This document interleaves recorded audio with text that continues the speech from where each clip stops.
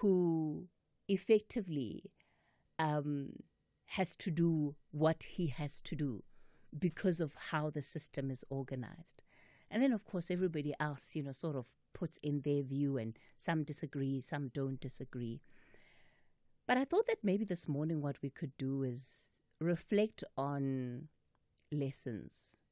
What are the lessons that we take out of Wednesday, whether good or bad? And how should those lessons be informing how we are making decisions as a country, as a nation? But I think there's also something else that we need to have an honest conversation about, which is talking about the world as it is, not the world as we want it to be, not the world as we think it should be, but the reality of the world as it is. What are those harsh realities that we need to acknowledge about this world that we are living in? And what is the pragmatism that we need to be applying in order to live and to survive and eventually get to the point of thriving in that world? Because right now we're nowhere near the thriving stage. Right now it's just about survival, because it seems to me that there's a lot about that meeting that also helped to show the realities, the harsh, sometimes one could describe, yes, harsh realities of the world and how it works, and the networks and the systems, and how we play into all of that as a country, but also as people, because it translates itself at different levels. We can talk about the US, but it happens at different levels of society. And these are things that we deal with on a day-to-day. So we can absolutely continue to have that conversation. But we've had 24 hours to take it all in. Are we ready to start doing the work of processing? Or is it still just about the initial reaction to what this week has been? And of course, I'm more than happy to talk about anything else that you want to put on the National Roundtable. The number, of course, to use to dial in, 086 000 2032, 086 000 2032. On the WhatsApp voice note line, 0614 104 107. Coming up in the second hour of the show, we'll be in conversation with Commissioner Tsepo Madlingozi of the South African Human Rights Commission. We'll be focusing on the issue of misinformation as a human rights violation. It's something that the Human Rights Commission has been grappling with for some time, and we'll get into that in the second hour of the show. And then, for all the thinking and complaining and analysis that we have done this week, the Friday wind down is our gift to sort of say, let's exhale. This is what you can expect today.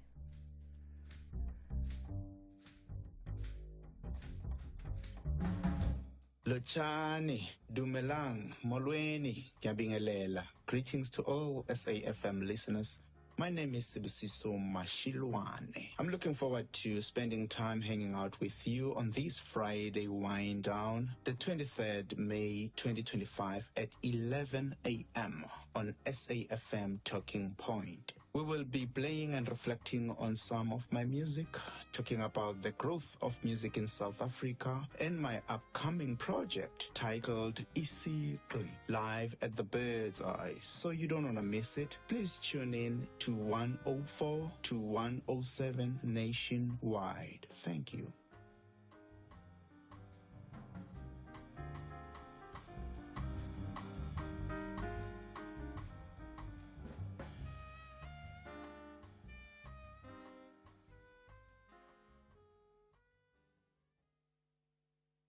you want to study towards a tertiary qualification but need a flexible study schedule? Stadio Higher Education's distance learning qualifications offer just that. Our distance learning support is designed for your success. 2025 applications to Stadio's range of high-quality, affordable qualifications are now open. Distance learning qualifications are available in law, administration and management, commerce, teacher education, policing, law enforcement, humanities, and information technology. Visit stadio.ac.za and register today. Stadio, a new vision in higher education. Cathy Mohlahlana on SAFM. We continue the conversation on the talking point. It's your national roundtable, 086 000 2032. I'm taking from you lessons overall that we as a country can be taking from the meeting that we saw unfold this week. How should it be informing what we do next? But I think then the other part of the question that I put forward is, what are the realities that we need to acknowledge about how the world works, and how do we position ourselves as a country in the midst of all of that? Gluli, you're calling us from KZN. Good morning. Good morning, Cathy. Thank you so much for taking my call. Yes, sir. Yeah, so basically what I just want to reflect on as well, I think I share the same sentiments as the lady that you met, I think you said yesterday. I also felt like we were really, these poor African people who were just, how do I say, these poor African people just praying to this master and praying to this, big superpower that's literally, dictating how we do our foreign policy, dictating how we should basically have policy in Africa. And really, I just want to say, I do blame our government. I blame the ANC government for not really keeping up with what the apartheid government had left us. And I think we let a lot of things slide. We did not uplift ourselves. We did not learn and sort of upkeep with the world. I think we were too hungry, and I think everything just fell apart because of our hunger, and we became corrupt as a nation, and this is the result of it. I think the lesson that we really need to learn is to be self-sufficient. Cathy, I think the world respects power, and we don't have power right now simply because we've let a lot of things slide. We've let our trade slide. We're not industrialized anymore. Our army has gone really bad. It's just bad. It's just bad, Cathy. And Gluli, I think that's a really important reflection to say how much of that power play has to do with the fact that we are not where we could be as a country. And so even how we see our negotiating power is affected or influenced by that. That's very true, Cathy. I mean, if I think of a state as small as Israel, for example, you could compare the past government to what Israel basically is today. They're a small state, small country in terms of, land mass, population, etc. But they hold so much authority in the world simply because they've got power. They literally have power, and not just power in terms of perception, but they're a nuclear power. They've got their technology is, their technology industry. They export a lot of technology. They export a lot of military technology, military hardware. They literally also run their own propaganda campaigns, to make sure that their country is a power to be reckoned with in the world. Yes, they might be doing a whole lot of wrong things in the world, etc., but the fact remains that no one will just, not take notice when Israel speaks, including the United States itself. So I really feel like the ANC, yeah, they did us a number. All right, let's leave it there. Mdluli out in KZN, so I guess part of his lesson there is that we need to get our house in order as a country, and we also need to be working towards self-sufficiency. Because you can't ignore, and these are some of the realities of the world in which we live in. In corporate South Africa, often people will deny this, but you know, the boys' clubs, the golf clubs, where you know that if you don't play golf, you're never going to get that promotion. Some guy's going to join the company after you, and suddenly they're going to be your boss. You're not going to understand how it happened. It's going to be a deal that was struck, and it was struck where? On the golf course. Those are the realities of how the world works. You don't have to like it. You don't have to agree with it. But it is its own self-sustaining system. And part of what we saw on Wednesday was an element of that in full display for the world to see. Snatemba, you're in the Eastern Cape. Good morning. How are you? Good. Go for it, Snatemba. You know, Cathy, my take is that, one, I don't think the intelligence of the America is not aware of the fact that there's no genocide in South Africa. We shouldn't lie about it and think Trump doesn't know that. Trump has done, but there's no genocide in South Africa. With the kind of intelligence that they have, there's no way they don't know that. That. Two, I like, was that connected? Yes, Snatemba. Yes.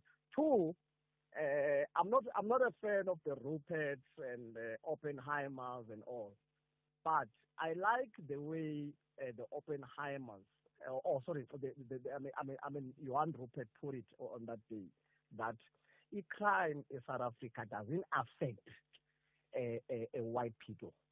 It affects black and white, you know. And very disappointed with Steinhaven to reduce that kind of a session into internal politics of South Africa and minority parties, even mentioning the names and the political parties. You know, I thought really he reduced that meeting into something that was not supposed to, to have happened. That already displays ukuthi South Africa is still very much divided. I think that's my take. So Snatemba, what then become the lessons? What become the takeaways from that meeting? For me, that meeting means, and it says to me, we still have a long way to go, Kate. The roots of the apartheid are still there. I still feel that we're still very much divided. I think we are. And that meeting has proven to us. In fact, it's what we know, some of us.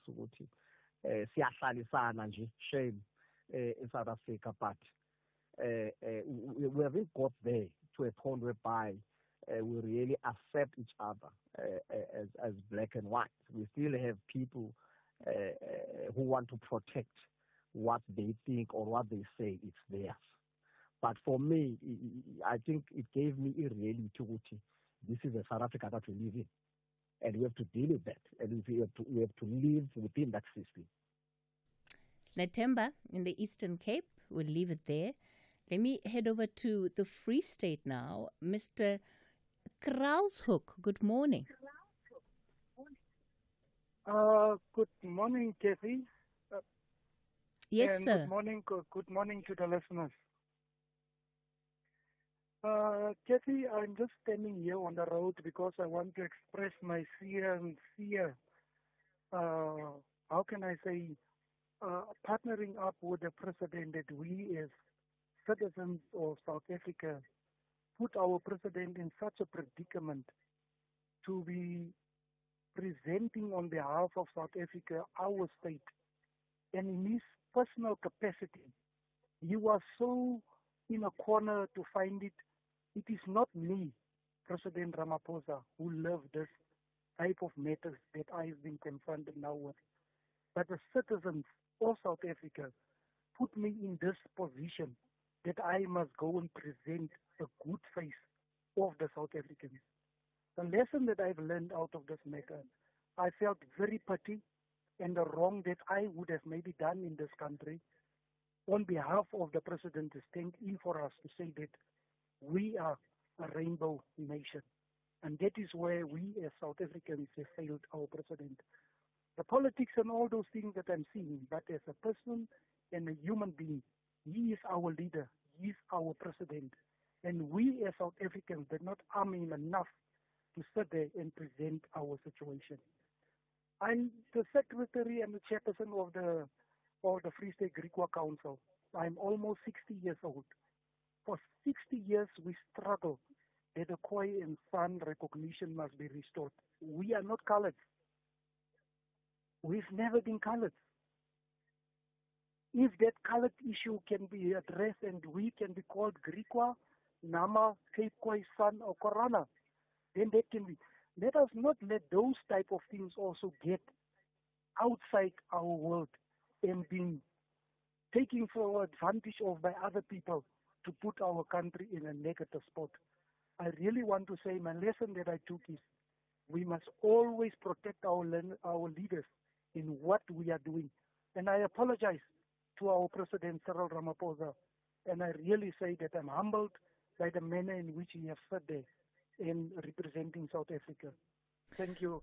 How do you think South Africans could have supported the president, as you put it, Mr. Kraushoek? Madam, Cathy, I think we must be careful with what we are doing. We must understand we are not living in isolation. We live in a global world. And in a global world, our actions have an impact in the global society. And if we can start to understand how the global world is working, political environment, social environment, and what we are doing in our corners, let us not sell us out so that we can be crippled. I hear the previous caller has talked about apartheid is still deepening in us and divide is still deepening. It is upon us as a country to work on those things and to get rid of it. I can recall Khoisan SA who stood there at the Union Building fighting a message that this language must be restored. But I think it's us as South Africans who must find each other and come together and restore ourselves.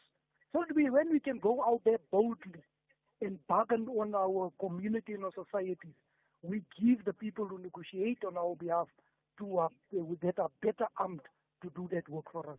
All right. I think we have a responsibility as citizens of South Africa.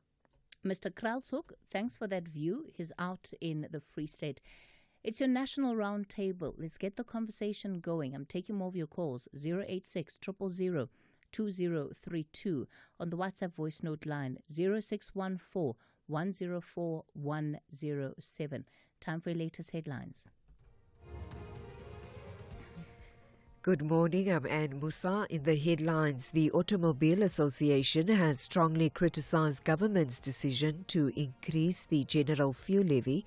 Finance Minister Ino Godongwana announced a 16 cents per litre increase for petrol and 15 cents per litre for diesel on Wednesday when he tabled the 2025 budget. The DA has called for urgent action to address crime in the country, including farm murders.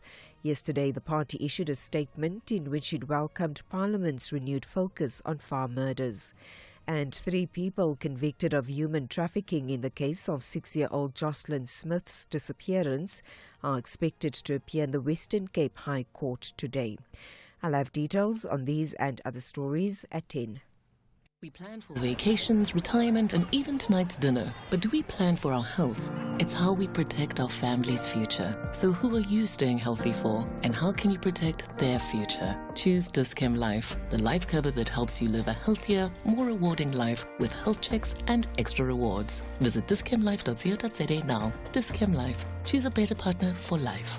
Optiskim Life is an authorized FSP 50594, underwritten by Guardrisk Life, a licensed life insurer, FSP 76. T's and C's apply. The Red Devils want to wrap up the season with maximum points at Old Trafford. Into the box, brilliant, absolutely fantastic. And Mason Mount strikes again. Brilliant stuff from Manchester United. While the Villains want to conclude their good race with a victory. Rodgers turns and sees a knee ball into an Ollie Watkins, and he's touched it home. Ollie Watkins breaks the record. Number 75 for Watkins. This is the bottom half versus top half Premier League clash. Catch Manchester United FC versus Aston Villa FC on Sunday 25 May at 5:30 p.m. Streaming live on SABC Plus and S3. Proudly brought to you by SABC Sport. For the love of the game. As a business owner, I've noticed how being energy efficient has improved my savings and the growth of my business. You too can improve your margins by adopting energy efficient behaviors. Simply switch to energy saving lighting, switch off non-essential equipment, and maintain HVAC systems. These are some of the ways you can use electricity wisely to see your business soar as well as contribute to a greener planet. Just like every rand counts, every kilowatt counts. Let's use electricity wisely. Eskom. Hi, I'm Zycard. Catch me every Saturday from 7 to 9 p.m. on Spotlight as we bring you blow-by-blow sporting action, news. That's Spotlight every Saturday. You don't want to miss it. Cathy Mohlahlana on SAFM. Good morning, Cathy. It's Mr. Suleiman. Okay, looking at USA and Trump, they are the, I would say, biggest power with the most money. So what happens to our sovereignty? Do we have to bow down? 600 companies which we serve in USA, we can find them in Africa. We can find 6,000. But we know at the moment we cannot because USA has all the money and all the power, so we have to bow down. Thank you, ma'am. Bye. Morning, Cathy. Arnold Jeff from Centurion. My observation is that we are a small player in the global, arena of things. We are a very small player. Two, ANC failures for the past 30 years were on full display that day, and it goes to show that their time is coming to an end. It's very clear, that one. Thanks. Good morning, House Cathy. Lennon. House Cathy, I just want to know one thing here. What is it that is going to happen with Donald Trump for accusing South Africa with genocide, and whereby bringing even the clips of other countries just to legitimize his claims for taking these so-called Afrikaners, farmers who went to him claiming that we are taking the land and we are confiscating everything. All those sorts of things and accusations that he is accusing South Africa with in the whole world. What is the world going to do with a man like him? So now that we heard that some of the clips were from M23 rebels. Lennon.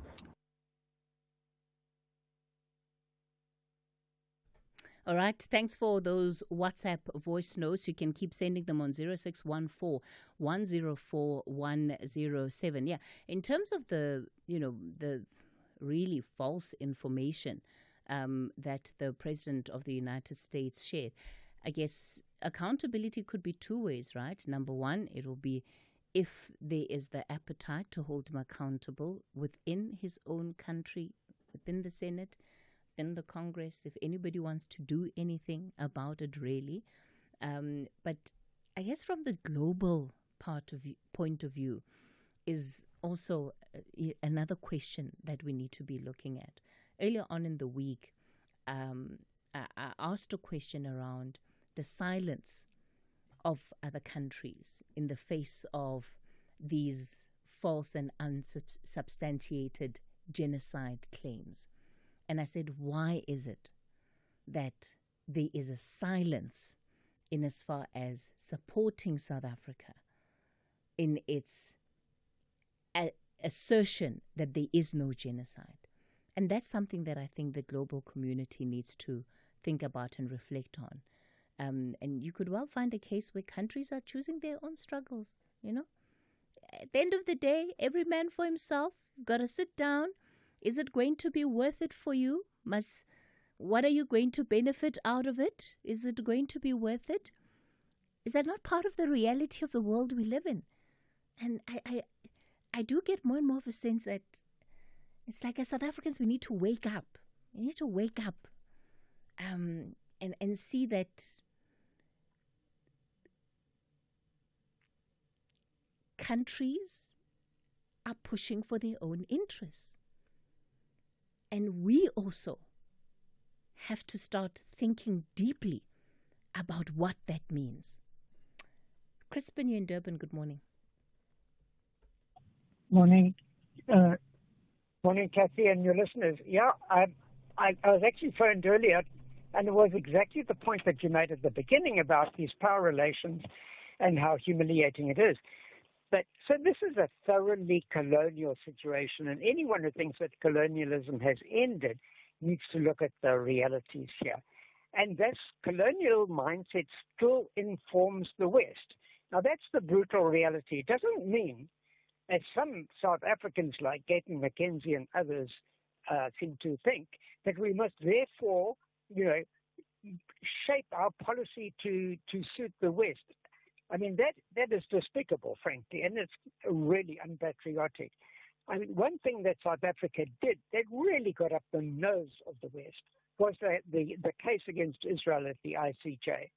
And we stood firm on the issue of principle. And it's very hard for a coherent response to come from the West. They want to punish South Africa, but actually they know at some level that we were doing the right thing. I do think, first of all, you can't go to the White House and say, before you talk about South Africa, let's talk about the fact that you're promoting environmental damage to the entire world. Look at your record of bullying other countries. Look at the racism within your country and do something about it. It would be very tempting to do that. In reality, we won't be able to do that. But I do think also that it's helpful for us to see how we are seen, and then to think about, well, actually, how can we strengthen ourselves? If we take this case to the ICJ, that's an issue of moral leadership.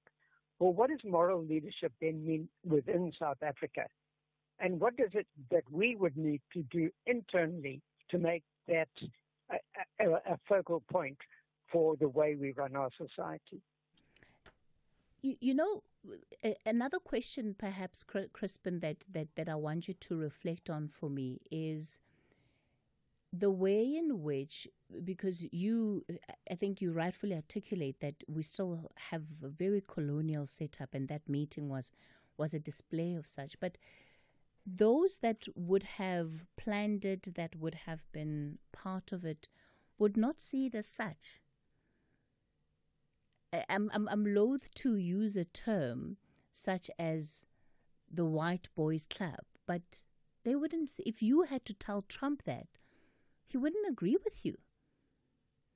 He wouldn't agree, because there is this blindness to how certain behaviors play themselves out and what they say and reveal about the attitudes of individuals and the views that they hold of the world and how they believe the world should be.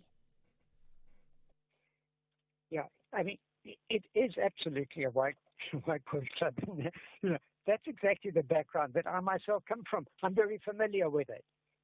But it's got terrible limitations of thinking. The one thing that we can recognize is that actually that is coming slowly to a grinding close, that there are other powers that are more effective, more efficient, that are growing economically more rapidly. And so we can have envisaged a world which is starting to be shaped differently. But behind so much of what the way the West speaks, the way the West acts, is this unquestioned assumption that we may be nice ones or nasty ones like Trump, but even the nice ones have bought into this idea. We sort out these things amongst ourselves, we're chums here. And at some point we should be saying that very vocally. We can't say very vocally in the Oval Office, but we can internationally, that that's not the way the world should be run. All right. Crispin in Durban, thank you for those reflections. Nkolisi, you're in Standerton. Good morning. Good morning, Cathy. How are you? Good, sir. Go for it. Thank you. Firstly, I'm a professional nurse by profession. Let me thank you, Cathy. We are being a good MC in our National Dinosaur Congress in March in Prospect. Thank you very much for that. Thank you, Mkolisi. It was great to spend the day with all of you and get to understand the work that nurses do. I always appreciate being in those spaces. No, thank you very much. I just want to talk about the song, Cathy, the song "Kill the Poor, Kill the Farmer." I think that's what upset Trump on Wednesday and agitated a lot of white people. I think Cathy, if we are serious about reconciliation in this country, we need to criminalize or criminalize the "Kill the Poor, Kill the Farmer" song. It must be a criminal offense if you utter that song in public. Isn't it K-word in this country? Once you utter the K-word to the black person, it's crime in this country. It's a criminal offense. I think we need to do the same with that song. Because really, if you are a white person, a person come and sing that song, it takes you back into the apartheid era. But when we were in the conciliation commission, we said we are forgiving white people for all the atrocities that they've done to the black people. So I can't forgive you, Cathy, for stealing my stuff today. But every time when I see you in public, then I call you a criminal. Because that's what these white people feel now, that we said in the Reconciliation Commission that we forgive them, but we still sing songs that take them back to apartheid era. So I think that might take.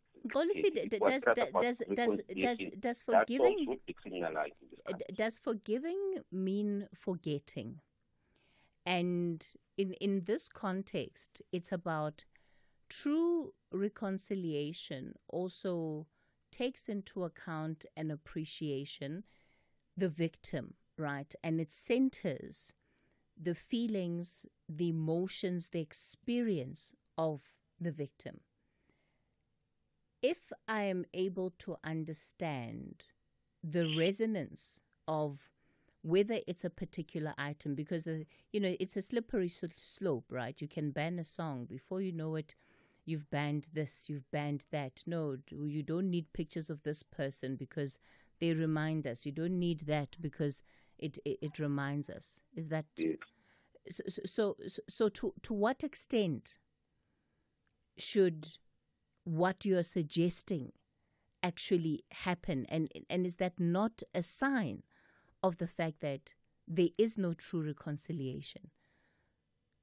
No, okay, I do understand that if they sing that song, they don't mean literally that they are going to kill white people, but it's a song that reminds them. It's an offensive song to white people. Let's just be honest. Whether we can dance to the bush or do that, it's offensive to white people. Let's not sing it if we are serious about reconciliation in this country. Because whether we like it or not, white people are South Africans. And those people who think that white people should go to in this country, go to us or anywhere, they are South Africans. We need to treat them as such.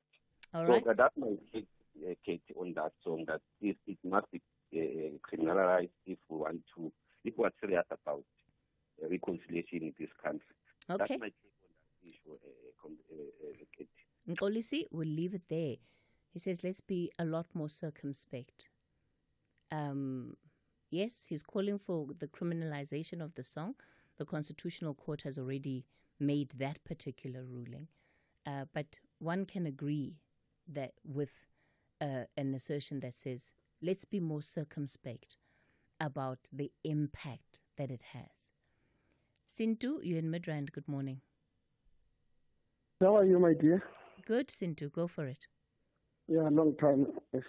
You know, Cathy, I'm so disappointed with the manner in which the meeting between Trump and the South African delegation occurred. I want lessons, Sintu. Yes. Now, two things that I want to highlight there. The political posture that was portrayed by Steenhuisen in relation to the EFF and MK party. And it has been our long-standing view that the formation of the government of national unity, it was not in the best interest of the South African people, but to address political interests of the African National Congress and the DA, which means that it was a coalition between DA and the ANC. And secondly, that delegation failed to protect the sovereignty of our own country by not highlighting some constitutional matters which led to the exoneration of Julius Malema for singing the song "Kill the Boer, Kill the Farmer." You see, I think our delegation failed, and then their meeting did not come up with some positive aspects. The only thing that they did was also to applaud the role that was played by apartheid government in terms of the invasion and killing people in Angola. If you have listened to any else what he said, I'm so disappointed. I think when they come here, I think the parliament must have a special sitting and try to discuss the impact of that meeting, how it will also impact to the sovereignty of our own country. I'm disappointed with the president and the whole delegation. That's what I wanted to say, Cathy. Okay, Sintu, let's leave it there. We'll continue the conversation on the open line. It is your National Roundtable. Taking your calls on 086 000 2032. On the WhatsApp voice note line, 0614 104 107. Whether it is a CCMA referral, problems with a mechanic, or unfair blacklisting, Clientele legal plans are affordable, and you receive up to 670,000 rands worth of legal services per year. We cover civil, criminal, and labor-related matters. Our legal team will be your support 24 hours a day. SMS SAFM to 32195. That's SAFM to 32195. Clientele General is an authorized FSP and a licensed non-life insurer. T's and C's online. Standard rates apply. Honey, what are you doing? I'm stretching for tonight. I thought you're not dancing at bachelorette parties anymore. Baby, we need the money to put Johnny through matric mos. And what's the police uniform for? The clients feel safer when I wear it. No, man, just sell your bucky to We Buy Cars. They give the best prices and they pay you within minutes. Okay, but can I just go and dance one more time, please? You know how much I love it. No, the buyer's already on his way here. Wow, okay. Strapped for cash? Just sell your vehicle to We Buy Cars. The easiest way to sell your car by far. The land is their legacy, but in season 3 of Yellowstone, that legacy is under fire. Kevin Costner returns as John Dutton, fighting to protect his ranch, his family, and everything that can't be bought. More enemies, deeper betrayal, and the battle for the West, it's only just begun. Yellowstone Season 3. This land was won with blood, and it'll take more to keep it. Saturdays at 9:30. Starts 24 May. Only on S3. Open up. From immunity boosters to self-meds, let Dis-Chem help you thrive this winter. Get 20% off all A. Vogel Echinoforce products. Buy any 3 Slowmax supplements and get the cheapest free. Relieve your cough with 2+1 cheapest free on any Benylin products. Find incredible deals on everything you need to nurture your mental and physical health. Offers end 15 June. T's and C's apply. Shop now at Dis-Chem pharmacies. Better health starts here. Cathy Mohlahlana on SAFM. All right, let me go to Sylvia in Bakersdale. Sylvia, good morning. Morning, Cathy. Yes, ma'am. How are you? I'm doing well, Sylvia. Go for it. Okay. Cathy, I'm calling, I'm giving a feedback. As you remember, 2 months ago, we spoke about we had a discussion with the mayor concerning the project in Begeza, which is led by TCT. Indeed, the mayor promised, as she promised, he's going to come to my place. He came and made a promise that he's going to discuss this matter with my issue with the relevant people, which is TCT. And Cathy, can I express my feelings in my own language? Okay, Sylvia, go for it. Okay. So the mayor utlile, and then hatlile ola promise utla kopana le batho ba TCT ka taba ya koloi ya ka. And then indeed ola bua le bona, and then thereafter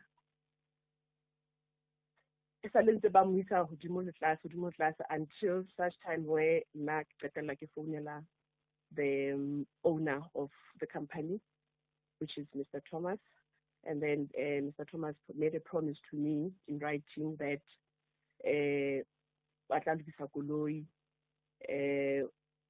itle matsong a ka 7, and this month May. And then koloi came at 7. They bought a battery, petrol, they poured petrol, and then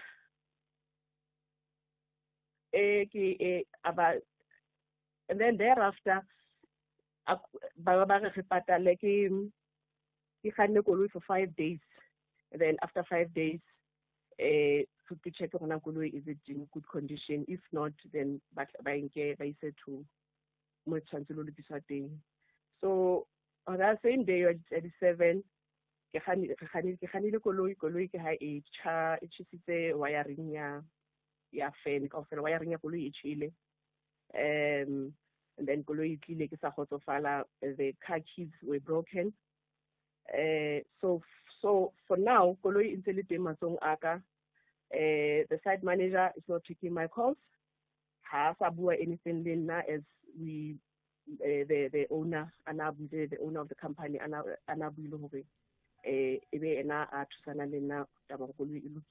so today I'm frustrated because no one is accounting. The spokesperson of Violet okay. So it's almost 7 months now, and as a result, after the smoke, it doesn't have power. I started anything. Okay, Sylvia. So this is then one of those issues that we're going to have to continue to follow up on. Maybe just a quick roundup of Sylvia and her situation. There is upgrades to roads in her area, in her municipality, that are being done. There was an issue with the construction company that is doing some of the work. They've left open holes in the road. Her car fell into one of those holes and got stuck there. It stayed there for months. Eventually, she managed to get it home. And when we did the story, the mayor then intervened. And as you can hear, they then took some responsibility to try and get her car fixed. But after, they had taken it for repairs, they brought it back. And as Sylvia says it, she drove it around the first day and already it started smoking up and it hasn't been able to start since. So it's one of those stories that we're going to have to follow up on to find out what exactly is the case, and also the broader issue around the construction in the area and why it is that it was left till so late. And why it is that so many holes were dug in the road, no markings, nothing, and it's a hazard. It's a hazard for locals.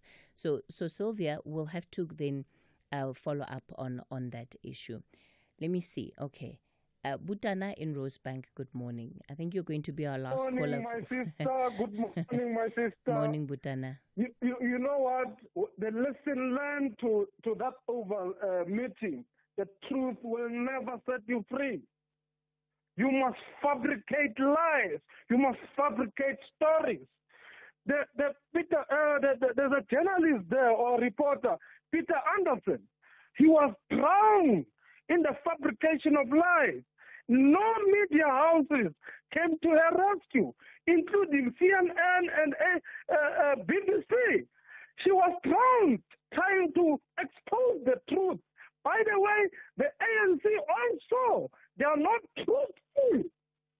They are not truthful. You know, CNN, instead of hosting that journalist and amplify the story, they hosted Clement Manyatela. By the way, I don't have a problem with Clement. I like Clement Manyatela, even though they've blocked me in his program. But the truth will never set you free. You must always lie so that you must get whatever you want. It's so sad. It's so frustrating dealing with lies every day and drown on lies. Butana, in a situation like that, what do you think could be an alternative response from the people in the room? I agree with you. At some point, I was incredibly uncomfortable with how Donald Trump was denigrating that NBC reporter. And it reminded me of a situation years ago when we were at a press briefing. Remember that Julius Malema press briefing? You are a small boy. You're a small boy. You remember Yes, that? I remember that. Yes, I remember. I was a young reporter at the time, and I was in that press briefing when it happened. The senior reporters are the ones that started the walkout. They stood out and they left, and they simply refused to stay because of how one of their colleagues was treated. I don't know that we have that level of solidarity amongst the media today that could happen. The problem that if media is not going to be truthful, if media is going to choose sides, will be drowned in this fabrication of stories. These stories will never be buried. They will be always there because the beneficiaries are there. They're enjoying them, including the media. I mean, in Israel, the media people are killed. They're killed. But the stories are not amplified enough. In Israel, do as they please. The stories are not amplified enough. The Palestinian people are suffering. So you must ignore. You must ignore. It's not your business. Leave them there to suffer. Okay. And carry on fabricating stories. It is a hard lesson. It's frustrating, actually. Butana in Rosebank, you raised such an important aspect of that briefing, and certainly something I think to think about too. All right, it's time for your latest 10 o'clock news update.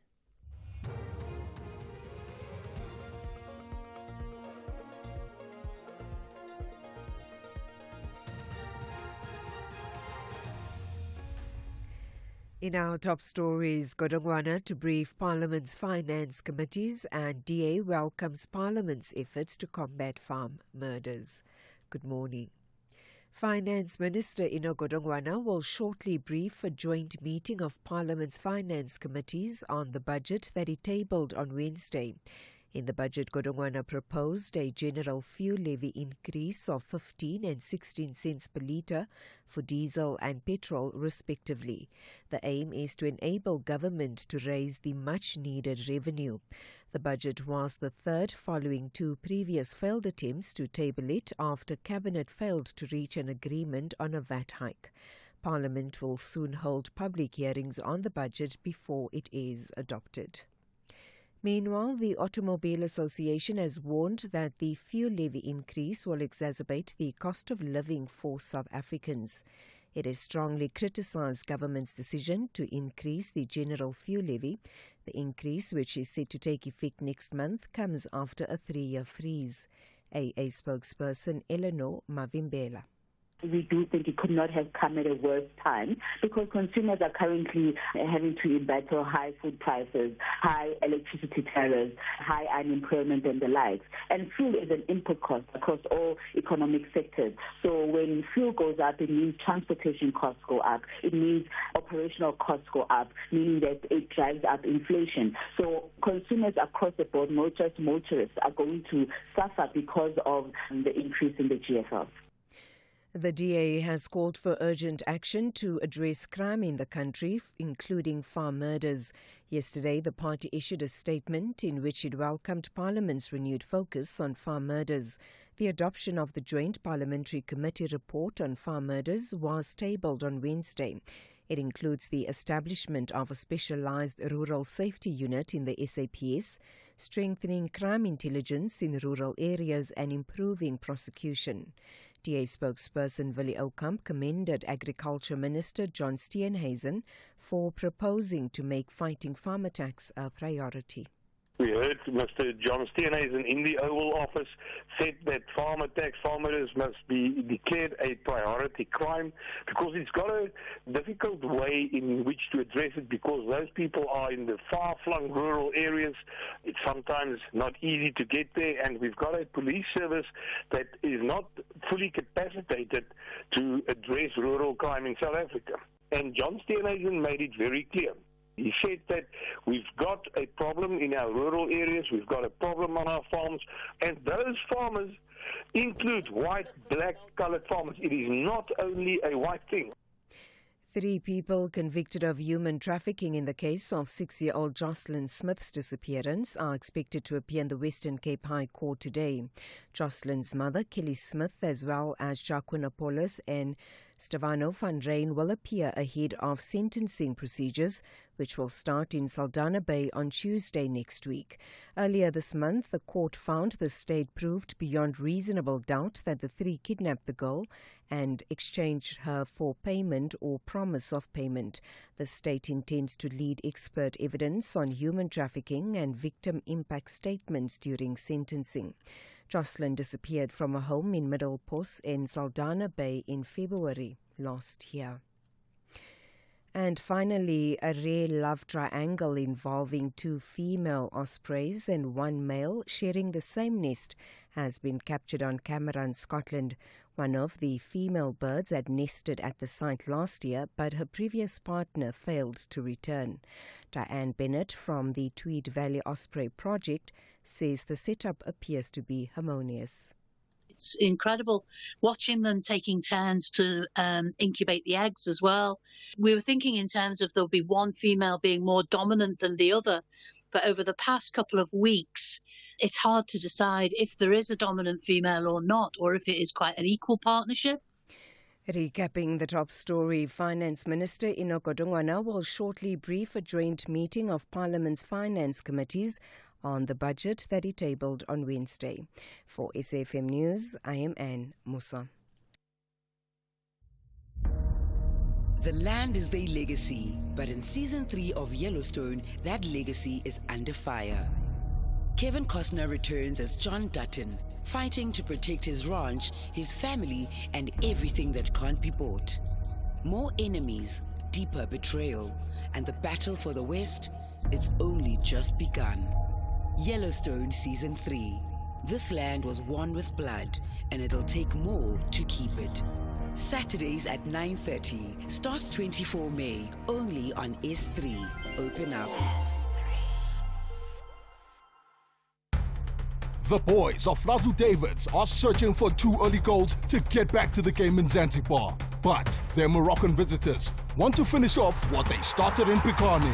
Wekundu Wamsimbazi battles it out with the Orange Boys. This is the second leg final contest of the Total Energies CAF Confederation Cup. Do not miss out on the spectacular clash of African football. Simba Sports Club versus RSP Pikani FC. This Sunday, 25 May at 2:30 p.m. Streaming live on SABC Plus and SABC One. Also available on SABC radio stations. Proudly brought to you by SABC Sport. For the love of the game.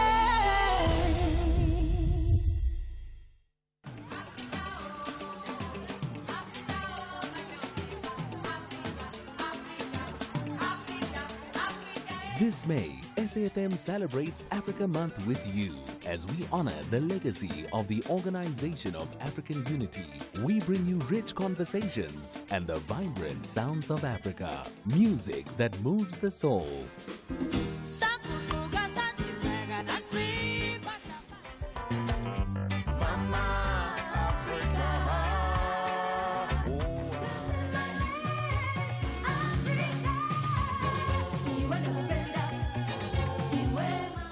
This is SAFM.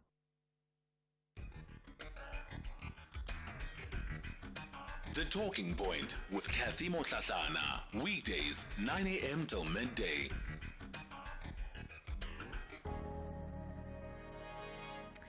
It's 9 after 10 o'clock. Welcome to the second hour of The Talking Point. Coming up in this hour, we're going to be in conversation with the Commissioner at the South African Human Rights Commission, Cathy Mohlahlana. We're going to be focusing on misinformation as a human rights violation. And really trying to understand the characterization of misinformation. And this is work that the Commission has been tasked with for some time. And it really has to deal with how seriously do we view the impact of misinformation. And it is one of those things where we've been very reactionary. And I guess because of how technology has been shaping and evolving and influencing our lives, that there hasn't necessarily been regulation that has been formulated to prevent misinformation. But that now that we are seeing the extent to which misinformation can arise, what is it that we need to be tightening in our own legislation? And to what extent do we see misinformation as impacting people's ability to access some of their basic rights? And it's one of those conversations that I don't think is a clear-cut one, but Commissioner Mohlahlana is an incredibly bright gentleman, so I'm sure he'll be sharing some of his insights with us within the hour. Before we get to that, let's take your WhatsApp voice notes from the open line. Morning, Sis Cathy. I'm a Palalayan Eastern. From what I saw during the meeting between Trump and Ramaphosa is that we as Africans, we need to love one another and help one another and stand together. You see, because we are hated everywhere we go, you know. And also a reminder that wherever you are, in every position that you are occupying, just remember that you are not only representing yourself as a black person, you are representing the masses. And also a reminder to the whites that we don't want revenge, we only want equality, you know. So there's a long way to go because the way things are, it really shows that we'll forever be bowing to these white leaders if we don't change and we don't start, organizing ourselves as Africans. Thanks. Good morning, Cathy, and thanks for the open line. Cathy, I just want to understand, how does the Municipality Land Act and laws operate? In Ekurhuleni, there is a cemetery in Comet that was sold to a private owner without the consent of the people. There is people's graves, tombstones are broken there. Please let me understand. It's Vumisa from Fosloras. Cathy, it's Stitch here in Howick. I hear the guy who says must stop singing the Kill the Boer songs just to show the reconciliation. What are the white people doing to meet us halfway in terms of reconciliation? They want to get rid of all the policies that are aimed at redressing the imbalances of the past. The only time we will see a full reconciliation in South Africa is when those imbalances of the past are redressed. It's Tiche from Howick. Good morning, Cathy. You've asked us the question about honesty and facing the world as it is. And in all honesty, what I hear mostly is a desire to continue antipathy and hatred. It's easier to continue to malign and to hate and to hold on to things than to say, yes, we all make mistakes, sometimes terrible mistakes. But can we go forward? Or are we going to allow the hatred which lives, and you can hear it? Are we going to really address that and say enough hatred? Thank you. Mara, why is the boss of breaking down spreadsheets now on the side of the road breaking down in a broken down car? Mara, why aren't you insured with Santam, the leading short-term insurer that gives you emergency roadside assistance and home drive services when you need them most? To switch, call 0860 444 or SMS cover to 36101. Santam. This is freedom. Santam is an authorized FSP, a licensed non-life insurer and controlling company for its group companies. Your nights just got a turbo boost. Buckle up, because at 10 p.m. it's all thrill, mystery and pure entertainment. Mondays to Wednesdays, we are back on the track with Top Gear Season 14, where speed meets insanity and the world's wildest cars get pushed to their limits. On Thursdays, we uncover the truth in Imposter, Back from the Dead. Season 1 kicks off with chilling twists in a tale of deception, survival, and secrets long buried. Fridays, we take a deep dive into the unknown with Secrets of the Bermuda, exploring the myths, the disappearances, and the terrifying truth behind the world's most infamous triangle. 3 explosive shows, 1 unforgettable hour. It all starts at 10 p.m. only on S3. Don't miss it! Cathy Mohlahlana on SAFM.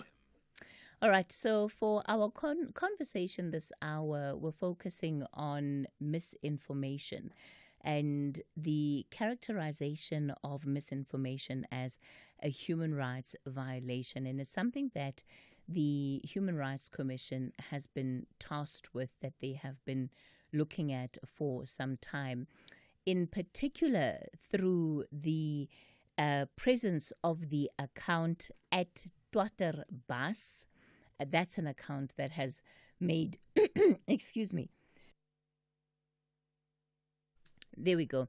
That's an account that has made headlines over the last couple of months. There have been some exposés also written about how this account is a key driver of misinformation on social media, particularly on social media platform X. The Department of Justice has also been looking at the prosecution of an individual behind that particular account, and this is where the account was spreading misinformation around South African farmers, and supporting this idea of a genocide in this country.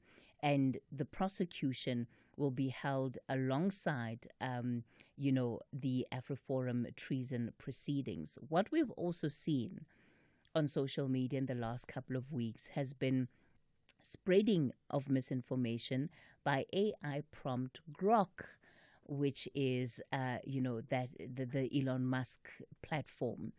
And this has been misinformation that is not asked for. You don't even have to prompt Grok. It just gives you the information without any kind of warning. And it's, of course, also feeding into people's algorithms, etc., etc. So it raises questions around social harms and online harms, and the extent to which what we see as online harms translate then into human rights violations? Can there even be human rights violations? So if somebody is spreading misinformation about a genocide in South Africa, can that be characterized as a human rights violation? And how do you begin to even do that work? Seppo Madlingos is the commissioner at the South African Human Rights Commission. He joins us in studio. Thank you so much for coming into studio, Prof. Good morning, Cathy, and good morning to your listeners. It's a pleasure to have you in studio. And I think our listeners know you're really one of my most favorite people to have a conversation with. But since you became a commissioner, Prof, Wariroba, because now we can only talk to you about matters of human rights. It was much better when you could put him here and ask him to give us analysis on the U.S.-South Africa meeting and hear what he has to say about it, because, when we did that, we could get so many different insights. You should see him. He's already looking nervous. It's like, Cathy, why are you doing this to me? You want to get me fired? Don't worry, I don't expect you to share your insights there. But perhaps getting to the heart of the matter, it's a complicated one, and one that I think that the South African legislative space has been battling with. How do you begin to bring in regulations, to bring in controls for how the web works, which is something that is not in the control of any particular government? It's an open space, but you must still have some levels of controls, and human rights violations is one of those. No, absolutely, Cathy. Always good to be here, and good morning to the listeners. We are very clear that disinformation and misinformation are not merely communication problems. They are deliberate violations of human rights. Because, of course, when false information circulates, it undermines several rights. It undermines the right to equality, the right to dignity, the right to access to information. Secondly, we have seen coordinated falsehoods that are very targeted against, transgender individuals, targeted against the public health sector, with anti-vaccine narratives, for example. So such targeted, coordinated falsehoods undermines the dignity of groups, We have an upcoming summit on human rights and disinformation in July in the Eastern Cape. And we have been asking for submissions from people about, disinformation, misinformation. And it's quite clear that, communities are at their wit ends. They don't know what to do because, misinformation also distorts credible information about where to access healthcare, where to access education. You'll have seen misinformation around the Bela Act, deliberate misinformation around an act that is there to transform the basic education sector, leading to parents saying maybe we should do homeschooling. We should take our kids away from school. And then fourthly, if you look at disinformation at an international level, we know with, allegations of white genocide. It has affected the ability of South Africa to raise funding. I was looking at the report yesterday from Universities South Africa. Universities are going to have a $2 billion shortfall, $2 billion shortfall because of the withholding of aid from the United States of America. And this is money that was going to research on ARVs, on cancer, on stem cells research and so forth. So disinformation, fifthly, it also undermines constitutional democracy. We saw it in the run-up to the elections, where there was deliberate misinformation about the IEC, deliberate information about the messaging of political parties, which therefore undermines the ability of citizens to make informed choices. So, it really needs to be emphasized. It's not only a communication problem, it's not only a mistake. It undermines fundamental rights. It undermines the ability of citizens to make up their decisions. But at a larger macro level, it undermines our constitutional democracy. We've seen how, some of the accounts that you mentioned, we need to be very clear. They have led to racial anxieties, they've sowed divisions, and they've led to a lot of distrust between people. That cannot be the society that we want to live in. Do you think that as societies we are fully alive to how we are affected and impacted by the information that we consume on a day-to-day basis? Because when one looks at how some of this disinformation is spread, you often will see it in the form of satire. So these will be posts or content that is generated, often, of course, put on social media, a platform. So as you're scrolling, seeing who's saying what about what will just be something that is packaged to grab your attention. And when you look at it, it's one of many things that you would have looked at. It's often parody accounts, which we know also tend to generate very high followings, right? Because you look at it, sometimes you laugh, sometimes you think it's stupid. But it's almost as if what is happening is also sometimes taking place on a subconscious level, that there is subliminal messaging in it.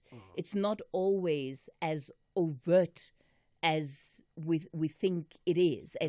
But either way, it's feeding us different information. From the work that you as the Commission have been doing, do you get a sense that society is aware of how we are consuming this information in the first place, that first point of contact? That's right.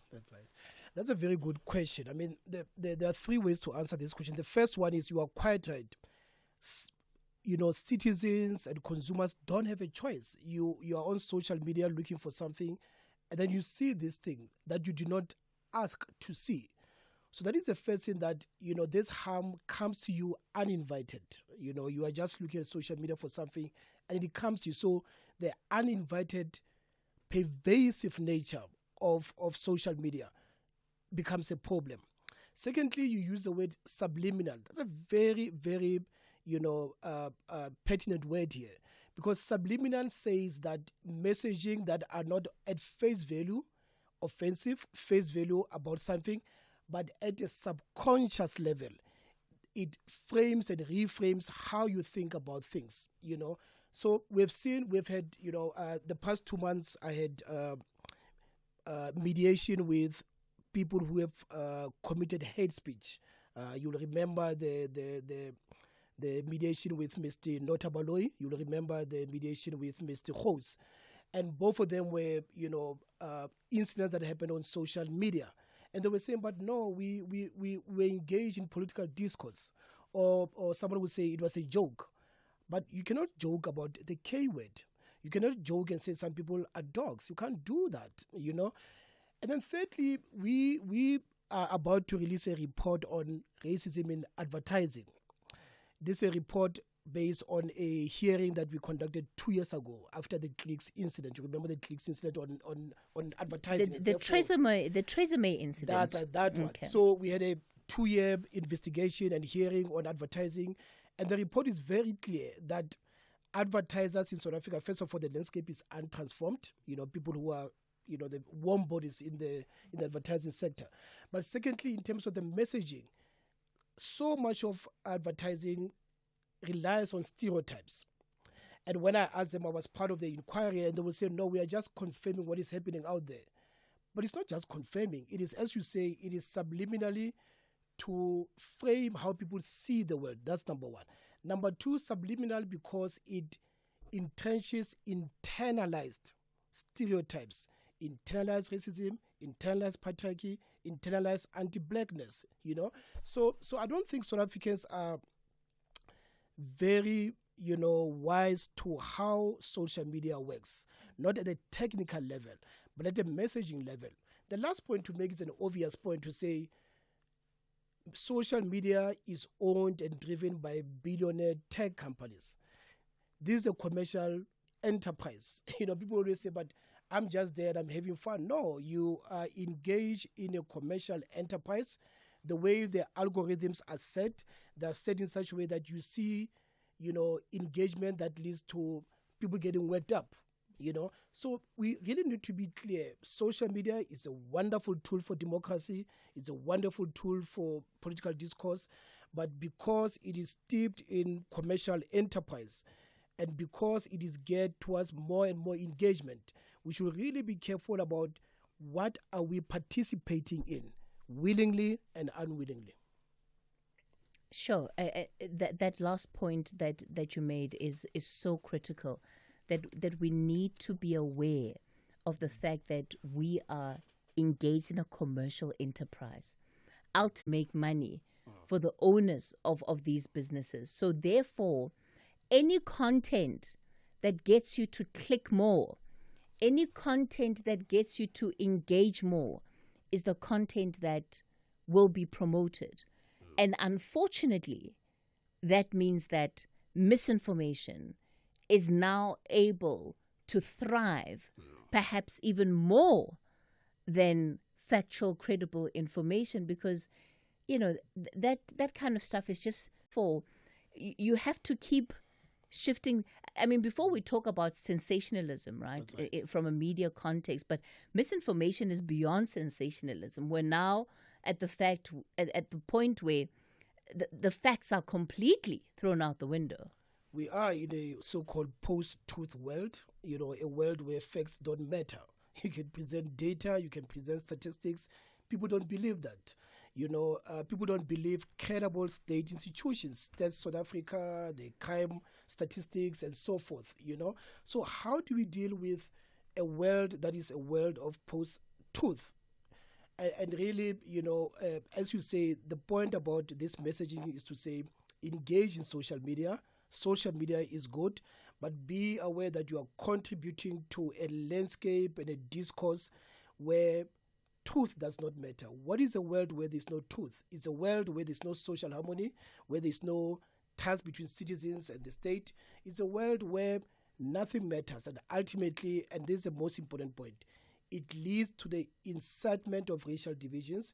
It leads to the incitement of violence, both mental violence, mental harm, but also physical harm. That is the point. It's not an innocent clicking. It harms people, both at the mental level, at the psychic level, but also physically sometimes. We're going to pause the conversation there. I'll also take some of your reflections on the other side. It's 10:30. Here are your latest headlines. Good morning, I'm Anne Musa. In the headlines, the Automobile Association has called for reform and transparency in South Africa's fuel pricing model. This after Finance Minister Ino Godongwana announced an increase in the general fuel levy on Wednesday when he tabled the 2025 budget. Meanwhile, Godongwana is briefing a joint meeting of Parliament's finance committees on the budget, in which he proposed the general fuel levy increase. The aim is to enable government to raise the much-needed revenue. And President Cyril Ramaphosa has conveyed his condolences to family and friends of struggle veteran Gertrude Shope. She died at a home in Gauteng yesterday at the age of 99. Details on these and other stories at 11. Taking a look at your markets this morning. The rand currently trading at 17 rand 86 to the dollar, 24 rand 07 to the pound, and 20 rand 25 to the euro. Markets in Asia were mixed at the closing bell. The JSE have extended gains in mid-morning trade. Markets in Europe are trading higher. Gold is trading at $3,332. Platinum, $1,090 per ounce. The price of Brent crude oil is at $63.88 a barrel. The boys of Flavu Davids are searching for 2 early goals to get back to the game in Zanzibar. But their Moroccan visitors want to finish off what they started in Pikani. Wekundu Wamsimbazi battles it out with the Orange Boys. This is the second leg final contest of the Total Energies CAF Confederation Cup. Do not miss out on the spectacular clash of African football. Simba Sports Club versus RSP Pikani FC. This Sunday, 25 May at 2:30 p.m. Streaming live on SABC Plus and SABC One. Also available on SABC radio stations. Proudly brought to you by SABC Sport. For the love of the game.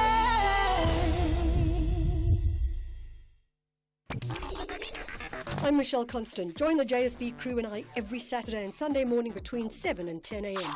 We promise to keep you informed and entertained with innovation, culture, cars, travel, life learnings, environment, and of course, your big fat juicy. Small stories, big ideas, massive inspiration. The Jet Set Breakfast on SAFM.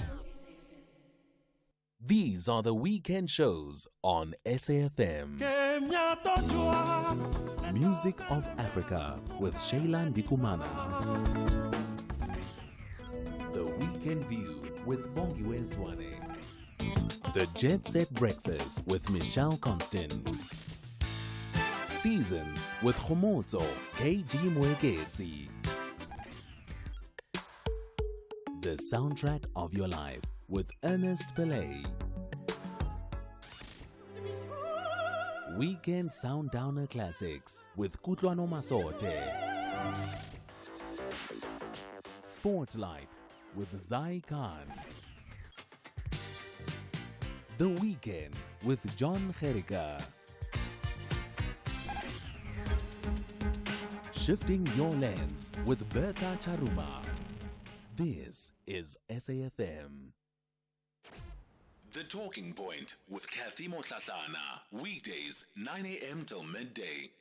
You're listening to The Talking Point. We continue the conversation on the show this morning. We're looking at misinformation as a human rights violation. Commissioner for the South African Rights Commission, Tsepo Madlingozi, joins us in studio to unpack why exactly it is that misinformation is characterized in this way and should be seen in this way, and how do we tighten then regulations around it. I'm also very keen to hear from you on this issue. Please dial in on 086 000 2032 and on the WhatsApp voice note line 0614 104 107. And I guess maybe also to go back to the basic question that we started off with. To what extent do you realize, or are you aware that your ideas, maybe even behaviors, attitudes, are being influenced by what you are consuming on social media? We like to think that it's something that's passive, but the reality is that it's not. There's nothing passive about being on social media and taking in that information, regardless of what it might be. How in tune are you with that? Are you intentional about what it is that you're looking at or looking for? Or do you just go with the flow? You know, anything that comes up that looks like, oh, this is interesting, you click, you go. There's, of course, also a lot of clickbaiting that takes place on social media too. So in the context then, Prof. Madlingozi, of how you've highlighted, number one, you have very big commercial interests in these platforms and the role that they play. But I guess on the other hand, you are also dealing with a situation where there has to be some rules that are put into place. And this is what the big guys don't want. They don't want rules in the game. They want open access. How do you begin to bring in those rules in a way that says what is happening here is impactful, and to the extent that the impact is also harmful, this is what we need to do to prevent the harm? Yes, you will know that traditional so-called mainstream media is maybe heavily regulated. If you say anything on air, Sis Cathy, I can report you, on so many platforms, not just, ICASA and so forth. And the license can be taken away, So we know that with traditional media, there are principles of, journalism, there are standards, but there are also accountability measures as well as redress measures. We are saying that for social media, the time has come where there also needs to be regulated. Regulation does not mean control. We should be very clear. Regulation says you are operating in a country where the constitution is supreme, and therefore everything that happens in that country must be geared towards upholding the constitution, and therefore anything that violates the constitution, there must be accountability. In the European Union, there's been a lot of directives by the European Union, how Google should work, how Meta should work, how X should work, and those are being adhered with, in the AU landscape because of very clear directives. And directives that in the first place are geared towards the best interest of the child. We know that there's been a lot of children, we've dealt with these issues at the Human Rights Commission, where children have died by suicide, after being bullied on social media. We know there are cases where there's been false, narratives about immigrants leading to xenophobic attacks. And here I deliberately use the word xenophobic attacks because based on misinformation. So a couple of years ago, we adopted what we call a social media charter that talks about responsible use of social media. So social media must be used. It's a wonderful tool. It diversifies the landscape. We like that. It's edgy. That's very good. Keep that edginess, keep that diversity, keep its multimedia, appearance of it. But it must be regulated. We've got the constitution. We've got very clear laws. And people must be aware, when you click on social media and when you disseminate false information, you yourself are spreading misinformation. You're not just forwarding. People must be aware on WhatsApp groups, administrators can be held liable for the spread of misinformation on WhatsApp. People must be aware that we've recently adopted as a country the Hate Crimes Act, which criminalizes hate speech. So, the time has come to say, how do we regulate social media? We don't have the answers. We know that a balance must be struck between freedom of expression, but also, responsible use of social media. So what we are hoping to achieve with our July summit is, number one, to get a consensus that we've reached a point where we must say, as a country, misinformation and disinformation are a human rights crisis. Because, Sis Cathy, if we say that the right to freedom of information is a gateway right, we always say it's a gateway right, meaning that without information you cannot exercise other rights. Misinformation impinges on the right to access to information and therefore impinges on a number of us. So we're at a point where we are saying misinformation and disinformation are a human rights crisis, number one. Number two, the point of the summit is to gather all sectors of society, the media, the state, civil society, Chapter 9 institutions, to come up with tools of accountability, of redress, and of regulation. So as I said, we don't have the answer. It should not be a top-down exercise that comes from Parliament, that comes from the Human Rights Commission. It should be a consensus, driven process. But we're at the point where, as a society, let's agree that this is a human rights crisis, number one. Number two, let's come up with tools to regulate this. One of the challenges that you will undoubtedly have to deal with is the fact that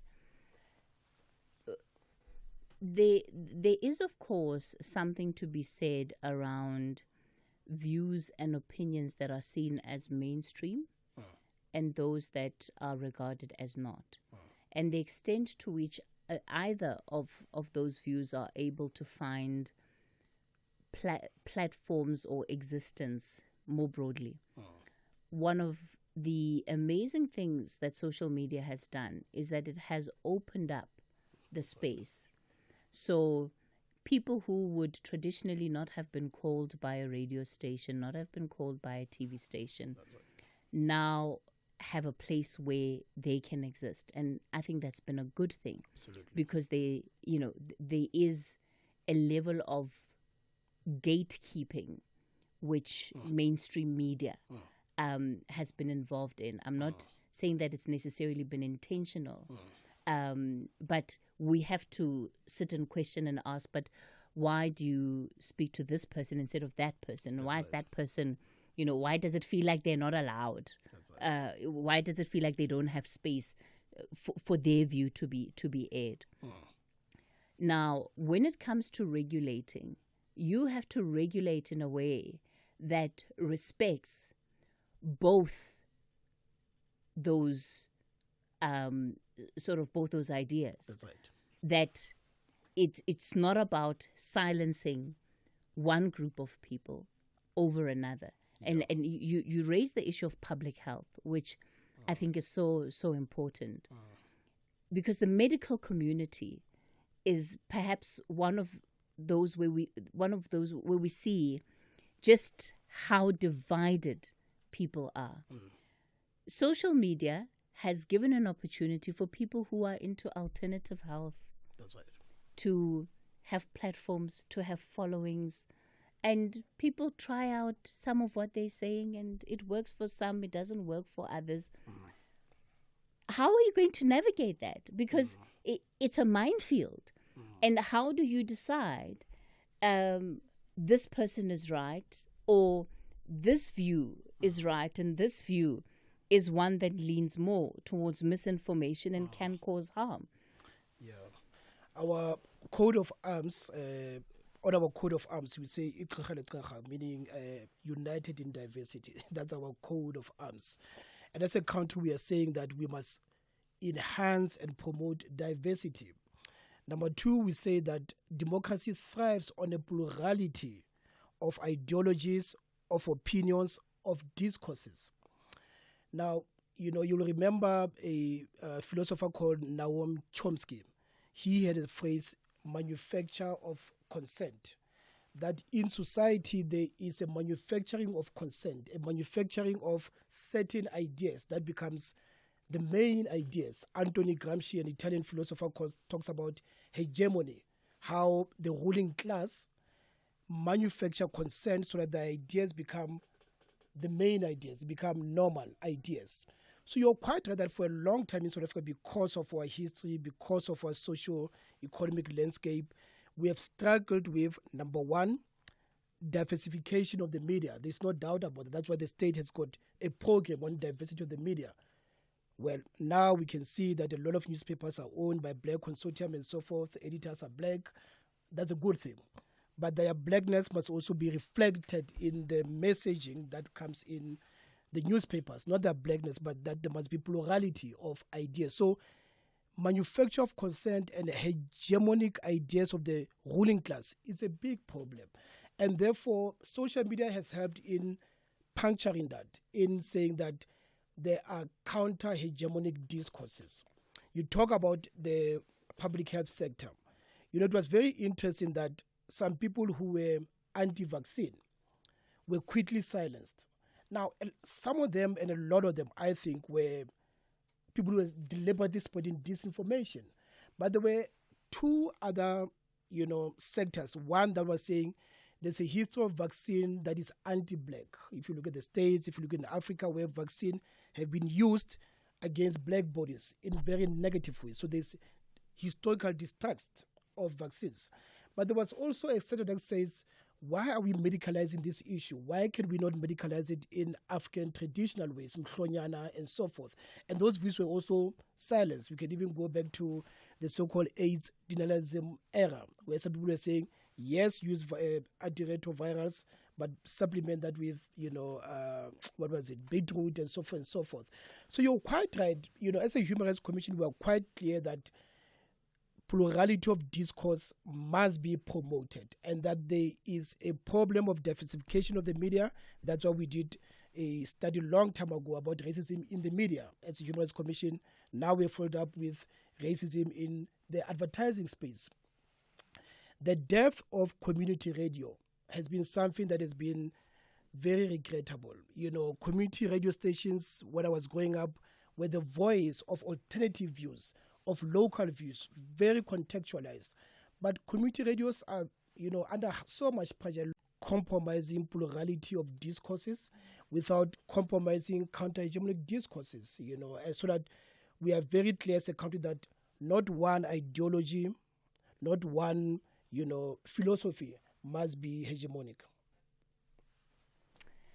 Let me bring in some of our listeners who are tuned in and want to weigh into this conversation. Nhlanhla, you're in KZN. Good morning. Good morning, my sister Katie. Thank you for bringing up this issue because educating for media literacy is very important, where citizens will need to be active participants in the multi-directional social dialogue. As Engelberg argues, the RSS media offers the framework for such discourse.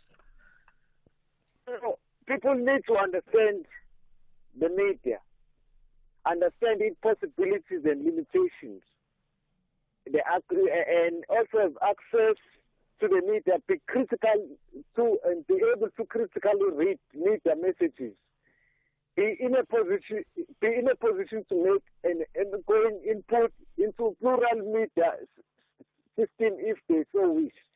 Recognize the importance of participating as if democracy is to work. So, in the issue of misinformation, who gets to decide what will be in the public interest? That is what I want to know. And that's an important question, Ndlandla. Who gets to decide, Prof? Who gets to decide? Yes, I mean, that's a very, very good point. It goes back to the point that we were talking about earlier, to say that there are some hegemonic philosophies and ideologies, and those hegemonic philosophies must not be the one that decide what is misinformation and what is disinformation. Disinformation is the deliberate spread of falsehood that then leads to two things. One, it leads to citizens making wrong decisions, or people who find themselves in the country being misled about a critical public good. But also it is geared towards commercial enterprise in many ways. People use it to gain engagement, what we call engagement farming. People know that it's not true. I mean, if we talk about a topical issue, the United States of America knows that there's no white genocide in South Africa. But of course, that narrative is spread to achieve certain ends. So who gets to decide is not, individuals, but it's about whether this is true or false or not. I mean, it's the same with defamation laws. We've got defamation laws where clearly, the courts are able to decide that what you are doing here is defames the person. It is not true and impinges on their reputation. So the decisions or the education is not done based on a personal whim or based on an ideology. It's based on the question of whether is this true or not true. But not only that, people can spread, untruth innocently. But disinformation is very intentional. It is geared towards causing harm. In its creation, geared towards causing harm. But if I forward it because I think it's true, is it innocent? Am I an innocent player?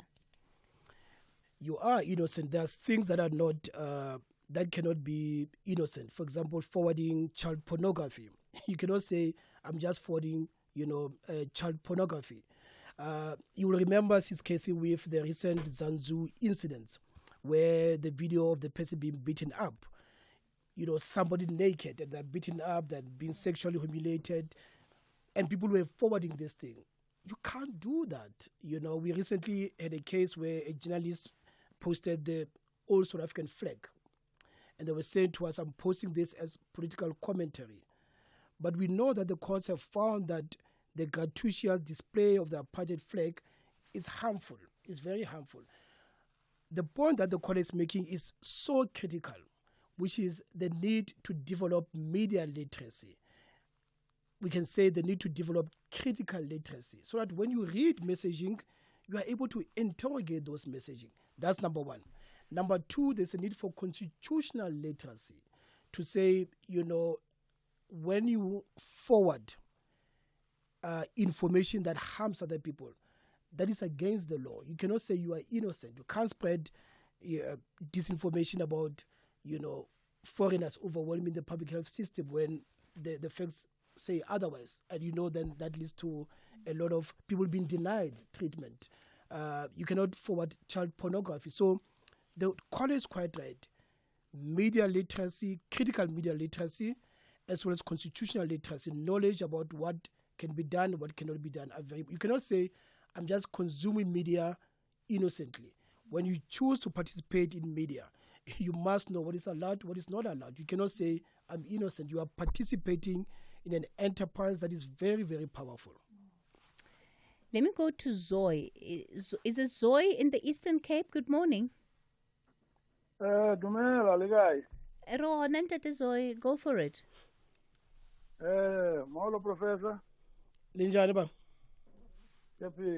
Now, I want to comment on the impact of social media, the harm that it may cause. I had Cathy saying that, saying good of the advent of the fact that social media allows everybody. I want to start off by quoting late French philosopher and author, Umberto Eco, late French philosopher and author. He says, the advent of social media has opened a given platform to legions of idiots who only once spoke after a glass of wine at a bar without harming the community. But now they have the same platform as a Nobel Prize winner, Nobel Prize laureate, to speak, and he calls it the indictment of on humanity, because we are now being invaded by idiots. Imagine you as a professor, you find yourself having to argue with a bunch of misinformed and ill-informed people. You see, we're talking from a research point of view, you're arguing this bunch, so it's harmful. That is I'm trying to prove the point that there's harm that can be associated with the advent of social media, opening up to a bunch of ill-informed, uninformed idiots. Thank you. Look, Zoe, I think that for me, it's not a wholesale negative. We have to also see that there have been some positives. And if I like the characterization, the invasion of the idiot. You say this is wrong. Yeah, the guy comes out there. He doesn't know that he's talking to Professor Masingo, who's well informed, who's got a refined mind. But everybody's clever. Does that not reveal part of how our society has been segmented, in that when you have access to education, it is able to give you some form of pathway, not only into your own intellectual development, but into the world and into how the world works, and you're able to, really shape your ideas. Whereas on the other end of that, if you have not been able to get that exposure, perhaps there are limitations then that you have to deal with.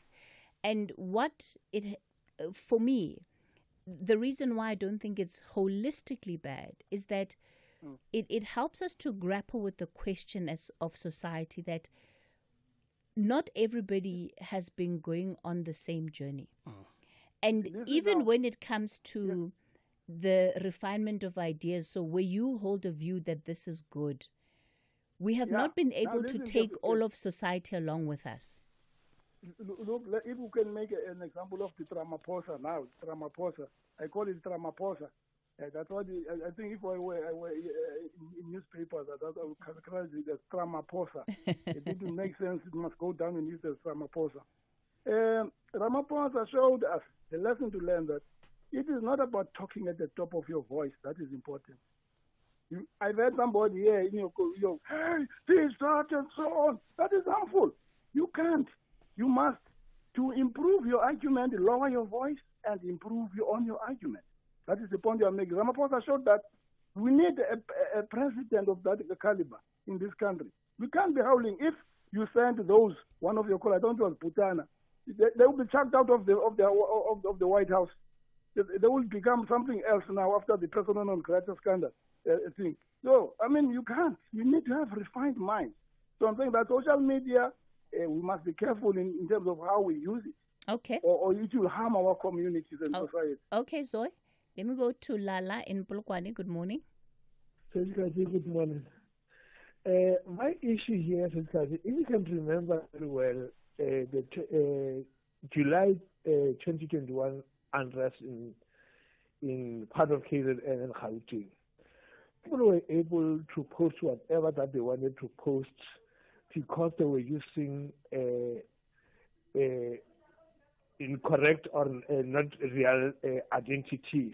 The problem is, in South Africa, we have the RICA Act, which requires that everyone who gets the SIM card must be able to be traced back who is that person. But today, we are able to go into the social media with the incorrect identities because we are able to get the SIM card at any time for free of charge, which are already RICA'd. So I just want to know from Professor, what are they?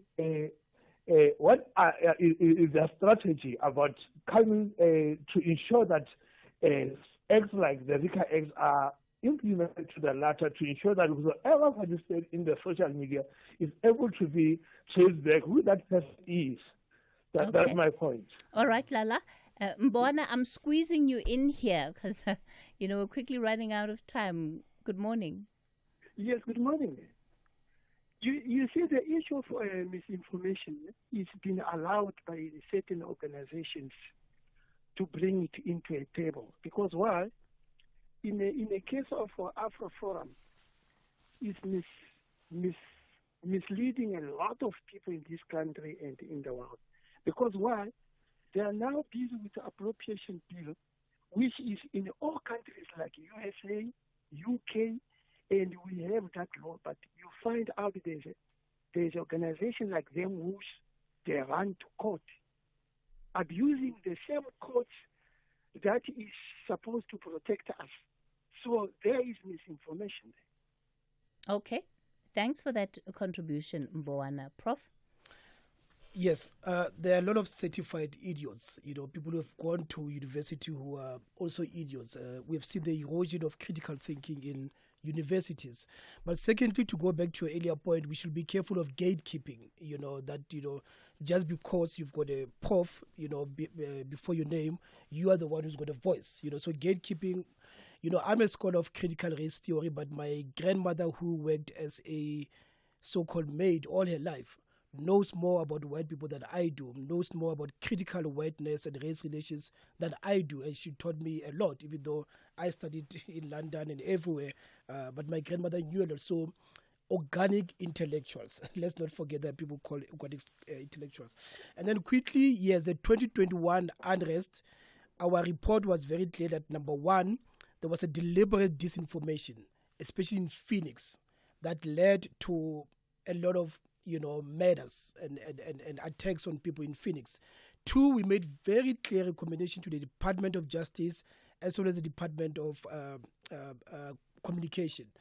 I'm sorry to report that up to now, those recommendations have not been fully implemented by both departments. So it is a moment to say, if we are to prevent what happened in 2021 happening again, those departments must be very, very clear about, implementing this. But to end on a final note, to say critical literacy is important and constitutional literacy is very, very important.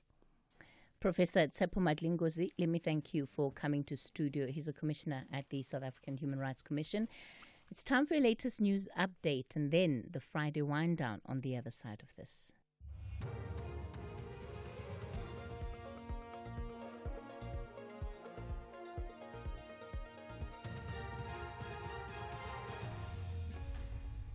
Thank you, Cathy. Top stories. The latest crime stats are released and Godongwana briefs Parliament's Finance Committees. For SAFM News, I am Ondelambana and a very good morning. Police Minister Senzo Mchunu says there's been a general decline in crime across the country. However, sexual offences, including rape and commercial crimes, have increased. Mchunu was addressing the media in Pretoria, where he released the latest crime stats. He says the murder rate continues to be a major concern, with Gauteng, KZN, the Eastern Cape and Western Cape dominating criminality in the country. During this quarter, sexual offences, including rape and contact sexual crimes, along with commercial crimes, have shown increases. These are deeply concerning trends that demand renewed focus and urgent intervention. We are encouraged that all but one province recorded a decrease in murder incidents. That is Northern Cape, despite contributing only 2% to the national murder statistics, recorded an increase nevertheless. The 4 high crime provinces, Gauteng, KwaZulu-Natal, Western Cape and Eastern Cape, contributed the bulk of murder incidents nationally. The Automobile Association has called for reform and transparency in South Africa's fuel pricing model. This after Finance Minister Enoch Godongwana announced an increase in the general fuel levy on Wednesday when he tabled the 2025 budget. AA spokesperson Eleno Mavimbela. We definitely do think that it's time for us to try to find other funding models for the taxes that form part of the fuel price, to looking at your general fuel levy as well as your road accident fund levy that forms part of the fuel pricing structure. Another thing is we definitely do think that there needs to be transparency and a forensic audit done with regards to the revenue generated and how it's used. Meanwhile, Godongwana is briefing a joint meeting of Parliament's finance committees on the budget. President Cyril Ramaphosa has conveyed his condolences to the family and friends of struggle veteran Gertrude Chope. She died at her home in Gauteng yesterday at the age of 99. Presidential spokesperson Vincent Makwenya. South Africa has lost an eminent national heroine and a mother to our nation. During a lifetime of close on a century, Ma Chope made a monumental contribution to our struggle for a free and inclusive South Africa, while inspiring generations of women and men to emulate her commitment. A rare love triangle involving 2 female ospreys and 1 male sharing the same nest has been captured on camera in Scotland. One of the female birds had nested at the site last year, but a previous partner failed to return. Diane Benet from the Tweed Valley Osprey Project says the setup appears to be harmonious. It's incredible watching them taking turns to incubate the eggs as well. We were thinking in terms of there'll be one female being more dominant than the other, but over the past couple of weeks, it's hard to decide if there is a dominant female or not, or if it is quite an equal partnership. Recapping the top story, Police Minister Senzo Mchunu says there's been a general decline in crime across the country. However, sexual offences, including rape and commercial crimes, have increased. I'm Ondelambana for SFM News Headlines at 11:30. Your night's just got a turbo boost. Buckle up, because at 10 p.m. it's all thrill, mystery and pure entertainment. Mondays to Wednesdays, we are back on the track with Top Gear Season 14, where speed meets insanity and the world's wildest cars get pushed to their limits. On Thursdays, we uncover the truth in Imposter, Back from the Dead. Season 1 kicks off with chilling twists in a tale of deception, survival, and secrets long buried. Fridays, we take a deep dive into the unknown with Secrets of the Bermuda, exploring the myths, the disappearances, and the terrifying truth behind the world's most infamous triangle. 3 explosive shows, 1 unforgettable hour. It all starts at 10 p.m. only on S3. Don't miss it! WAFCON defending champions Banyana have a crucial meeting with the Zebras. Both nations are elevating their preparations for the highly anticipated Women's Africa Cup of Nations in Morocco. This is the international friendly. Experience the Southern African Derby, South Africa versus Botswana, this Wednesday 28 May at 2:30 p.m. Streaming live on SABC Plus, S3 and SABC Sport on DTT Channel 4. Proudly brought to you by SABC Sport. For the love of the game. Being kind to each other is Ubudo. It's always time to play on Takalani Sesame. Chetu, do you want to play Market Day now? Doing things together as a community can be even more fun than doing them on our own. Amma loves it so much when we can just be ourselves and learn about our culture together. Tune in to see what makes you special for the all-new episodes of Takalani Sesame. Weekdays at 3 p.m. on SABC2.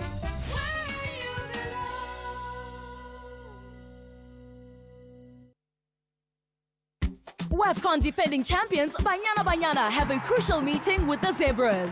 Both nations are elevating their preparations for the highly anticipated Women's Africa Cup of Nations in Morocco. This is the international friendly.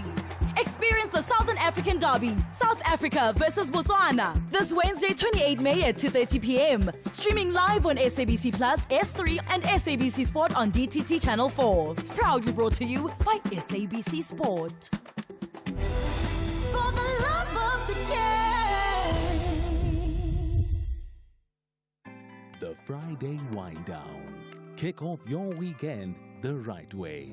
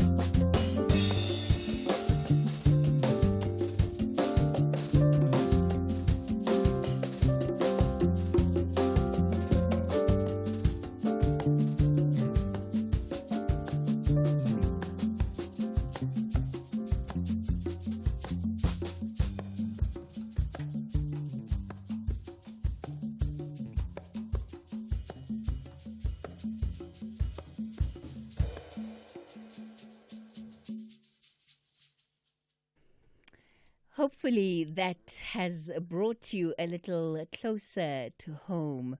Our Friday One Down guest is known for the very soothing African pianist, composer, scholar music that he often puts together. Sbusiso Mashilwane is an acclaimed South African pianist, and he joins us on the show this morning. Ndate Mashilwane, good morning to you. Thank you so much for your time on the Talking Point and on the Friday Wind Down. Welcome to the show. Greetings to you, Sis Cathy, and the listeners of SAFM and appreciators of the sound of home. It is good to be here. And it really is the sound of home, but you've managed to somehow carve it into a sound that can also be appreciated anywhere else in the world. And perhaps you are going to tell us a little bit about how you've been able to do that over the years. Let's just start, I think, more broadly with your musical journey and the career that you've been able to carve out so wonderfully for yourself. Yes, Sis Cathy, actually it all, like I've always said, it all began at home,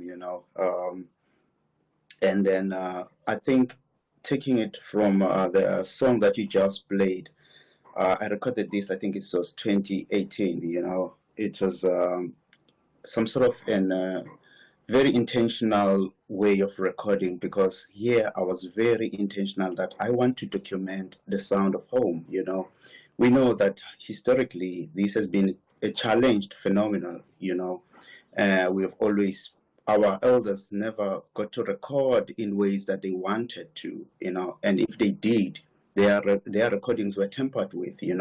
So I was like, okay, I come from home where there's like a wealth of music. We have seen it from Abobabu Masekela, from Abobabu Begum Seleku, and all the greats, they've always sounded home, So it began from really looking closer to what constitutes my identity in sound. And I was like, okay, so I'm surrounded by the Ndebele people, by the Ndebele cultures, by the Ndebele traditions, in Bethel, Mpumalanga province.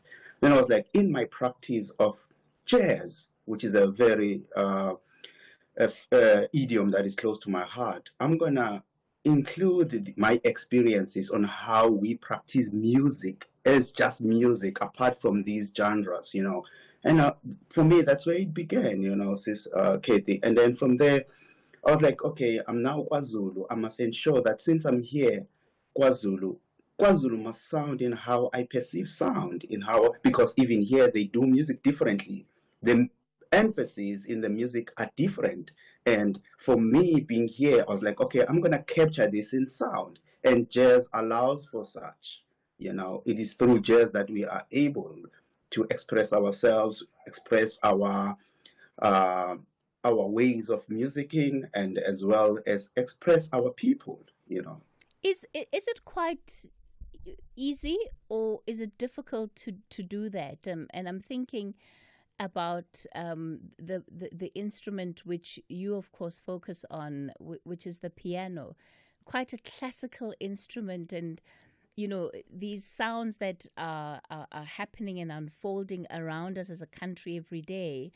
They're natural sounds, and I wonder the process of taking that and translating it in a way that ultimately anybody who's sitting anywhere in the world and is a student of the piano can read and translate what it is that you have composed and, give it meaning. No, it's not difficult at all. However, there is a way in how we hear music in our country. For example, a big part of our perception of music is through singing. That's why even the previous song that you had, I can't do without people singing, because we are so much absorbed into our voices, which is our bodies, and using our bodies as instruments So it is not difficult at all. However, it comes with some challenges because now you have to use an external instrument other than the body. So for this reason, I wear a leg rattle, just as a way to amplify the sound that is in our bodies, which is in my body, That is how I then communicate with the piano, But it does take quite an effort because there are things that I want to do on this piano and I find some limitations, Then I have to find a way to kind of rethink it, not from the European kind of perspective, but rethink it from how a sound and play it as a percussion, play the piano as a percussion, not in the classical way of how it is often played, So it does take some sort of checking out how this thing has been done and do it in ways that communicate self. And so by extension, communicated my socialization and my social experiences. We're going to continue the conversation shortly. Before we do that will be on the other side of this break. From the shows that bring us laughter to the moments that inspire us, your SABC TV license makes it all possible. Every license paid supports local stories, top talent, and the programs that unite South Africa. Pay your TV license today. Visit tvlic.co.za or your nearest retail outlet. #Your Screen, Your Story. Together, we make it happen. Celebrating our music heritage right here on the Friday Wind Down. We continue the conversation on the Talking Point. Our Friday Wind Down guest is Sbusiso Mohlahlana, an acclaimed South African pianist, composer, and scholar. He's hanging out with us for the hour as we wrap up the week that has been. You said something before we went to break, Sbusiso, and it was about how there were things sometimes that you wanted to do with the piano, but it has limitations. What kind of things? Like, for example, how we blend the notes and how ukwazi ukulilizela through the piano, for example. And ukulilizela is part of us. Yeah, I've actually never thought about that, by the way. I've never thought about, ululating. Using a piano to ululate, how you would do that. Sound, but it's part of how we amplify sound or how we project sound, and it's such a significant way to us, That's why, and then we quickly, whenever you hear someone ululating, you're like, oh, now we are about to go, But how do I do that from the piano? I have to find ways, You know what I mean? No, I absolutely, and like I said, it's interesting that you say that. I've never thought about a ululating sound coming off of the piano. Again, it also has to do with the fact that these are seen as classical instruments, and there is that divide that exists musically. That certain sounds belong here, certain sounds belong there.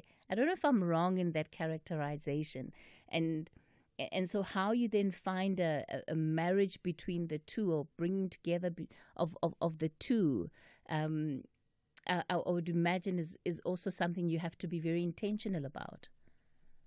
You have to be very, very, very intentional, on how we use, most of the instruments that we play come from Africa. Even the piano itself, they say it's an emulation of a dimbila from Mozambique. So historically, a big part of the instruments that have been digitized, and that have been carved in ways that they have, which is a great job that they've done, However, we have lost something out of them because some of them, they no longer is just a plain wood, like how the instrument will be. Now it's got some plastic on it. I don't want to go to that path, but what I'm trying to say is that, yes, there are ways in which we can negotiate ourselves with these instruments that have been primarily used in the West, or in Western music, but which is part of the decolonization project, like how can we then, okay, now that such great job has been done, because I want to say, I don't want to reduce the work that has been done especially if you look at it from the evolution perspective, good work has been done, but now we have to now find ways in which we can negotiate ourselves and see ourselves and express ourselves in how the instruments have now been imagined. You recently graduated, with a PhD. Tell us about the decision to continue studying further and really to continue building your craft in that way. Ms. Cathy, I love the sound of home.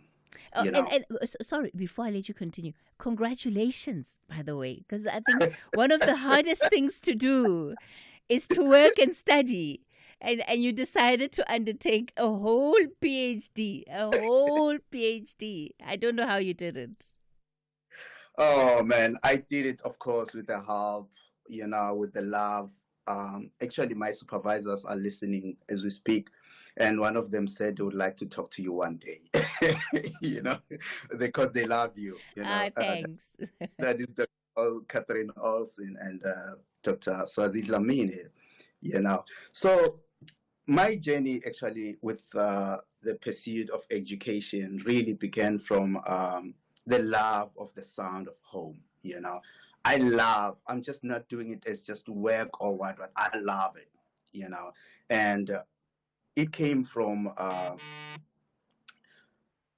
my study subjects, which is Ubabu Huma Sikela and Ubabu Begum Selegu, and the turning point of Huma Sikela when Miles Davis told him in the early 60s that, hey, you gotta tune us back to where you come from. Don't try to play bebop or play these kind of jazz that we are doing. Otherwise, you're gonna be a statistic.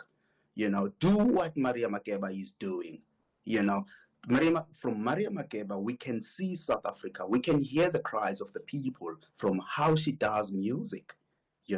So I was like, okay, that turning point that Hugh Masekela had in the early 60s led him to record albums such as Home is Where the Music Is, which also suggests that Begum Selegu in his last album, Closer, Home at Last, suggests that home is where the music is. The song that you just played, Closer to Home, that says the same message, Closer to Home. So my study is always been about that inquiry to find out what is it about this sound of home, and what are the ingredients or what are the nuances that characterizes the sound of home. So that is what my study is about. And so by extension, that's what my practice as a South African jazz musician is about, the articulation of our people through sound and the articulation of the sound of home. This idea of African identities and how those can be captured or even expressed through music, it's a really important one. And if you're in South Africa, sometimes there are sounds that you identify with that we think these are uniquely South African sounds. But I'm just thinking about it from a continental point of view. Can we say that there are sounds that are South African versus African? And in the context of what you've been able to learn and uncover about music, should it matter? Does it matter? If somebody's in London and they hear South African sound, are they going to say, oh, that's South African, that's Nigerian? Or are they simply going to say, oh, that's an African sound? What you just said is very important, Sis Cathy. Yes, of course. I think coming from our traditions and our way of doing things, in our homes, there is a particular way, and that way of living suggests ukuthi lana kukamashilwane. So within our communities, like I said, just within South Africa, we've got the Pedi traditions. They've got the special way of making music. You know, we've got this. Then just closer to us, there's Swaziland. You know, they've got ways of making music. Then you've got Mozambique, which have collaborated with a lot of Mozambicans. They've got a way of dancing. They've got their indigenous instruments that influence their ways of playing music. But also remember, in Africa, our languages are tonal. You know, we've got a way. There are tones in our languages, and those tones, they suggest a particular way of making music that talks to the way in which languages are being spoken. So as long as we have languages, we will have different ways in which music is being sounded.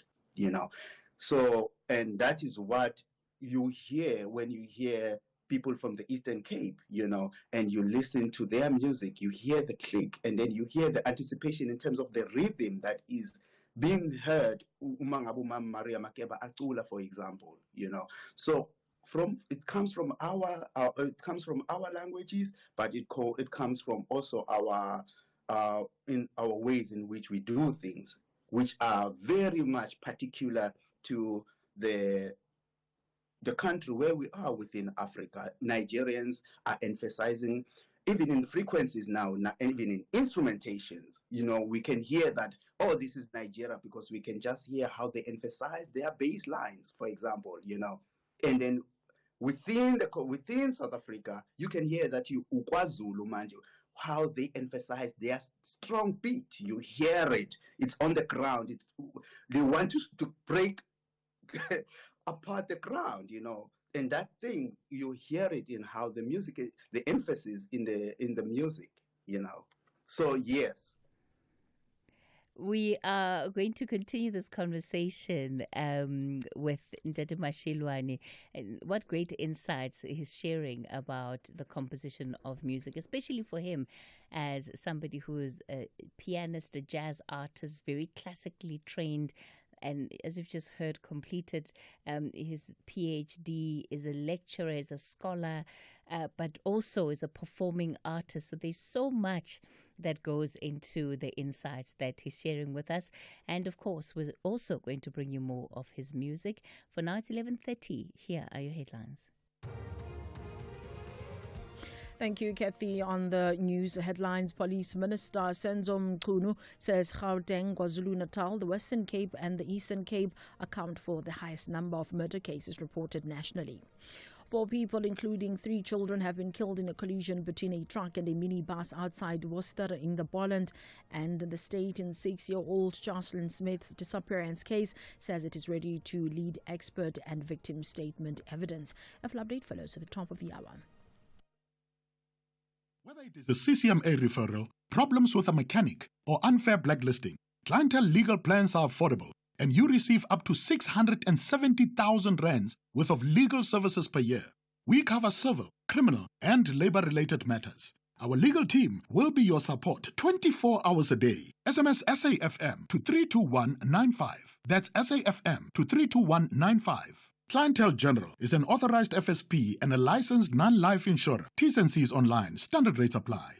As the uphill pressure mounts, Amakosi aim to calm the situation with maximum points, while Rise and Shine believe they know how to stop the gold and black. Who will rise with victory? Rise, Kosi Rise, or Rise and Shine? This is the Betway Premiership. Witness Mzansi's beautiful game. Kaizer Chiefs FC versus Polokwane City FC on Saturday 24 May, streaming live on SABC Plus and SABC 1 at 2:30 p.m. Also available on SABC radio stations at 3 p.m. Proudly brought to you by SABC Sport.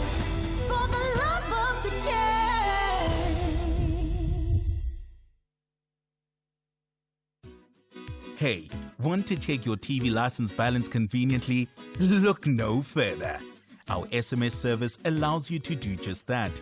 By sending a message containing your ID or TV license number to 44210, you can quickly access your balance without needing multiple inquiries or waiting on hold. Plus, standard SMS rates apply.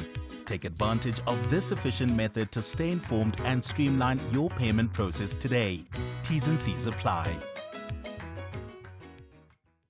The Red Devils want to wrap up the season with maximum points at Old Trafford. Into the box, brilliant, absolutely fantastic. And Mason Mount strikes again. Brilliant stuff from Manchester United. While the Villains want to conclude their good race with a victory. Rodgers turns and sees a knee ball into an Ollie Watkins, and he's touched it home. Ollie Watkins breaks the record. Number 75 for Watkins. This is the bottom half versus top half Premier League clash. Catch Manchester United FC versus Aston Villa FC on Sunday 25 May at 5:30 p.m. Streaming live on SABC Plus and S3. Proudly brought to you by SABC Sport. For the love of the game.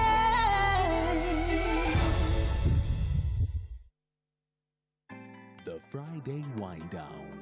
Kick off your weekend the right way.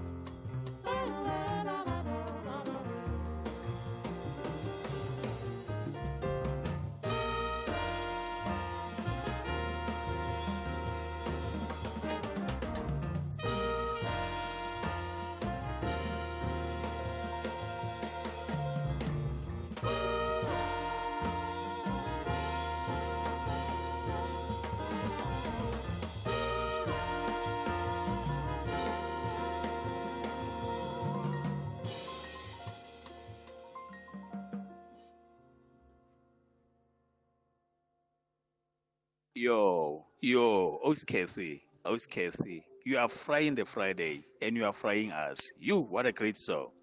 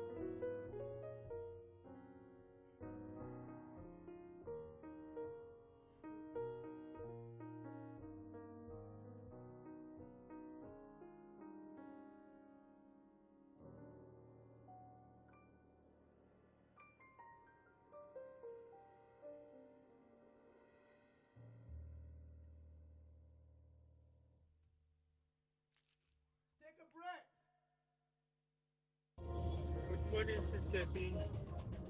Oh, what a lovely music.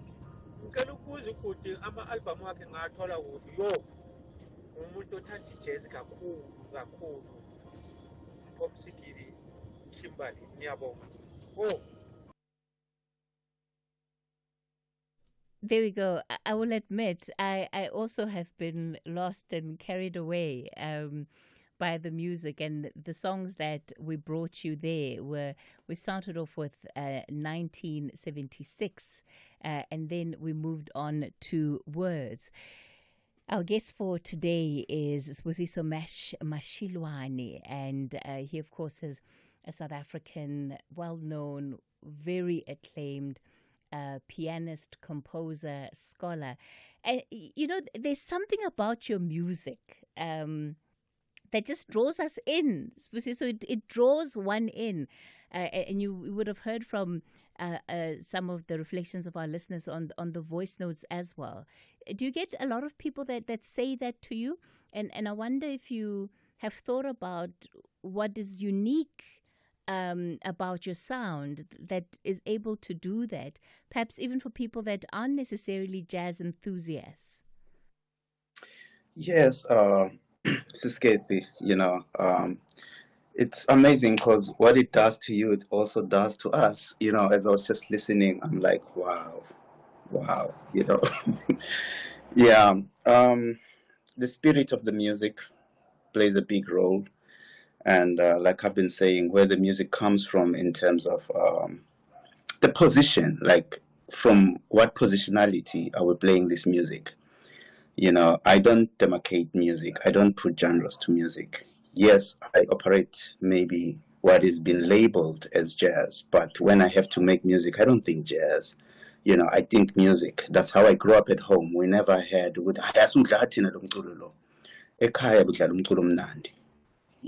and that's where it comes from, and you can hear it even on the streets. Or the ladies, we don't say, no, this is not it. If something is beautiful, it's beautiful. So I play from that position of beauty and appreciation, and from that spirit, of the music. And it also took me, as it took everyone. Yeah, it's absolutely captivating. Let me go to KZN. Ntate Molotsi, good morning. Hi, Cathy, dumelang le kae? And Ntate Molotsi, go for it. Yeah, congratulations, Boo, on your receiving the doctorate. I'm so proud of you as if you are my real son.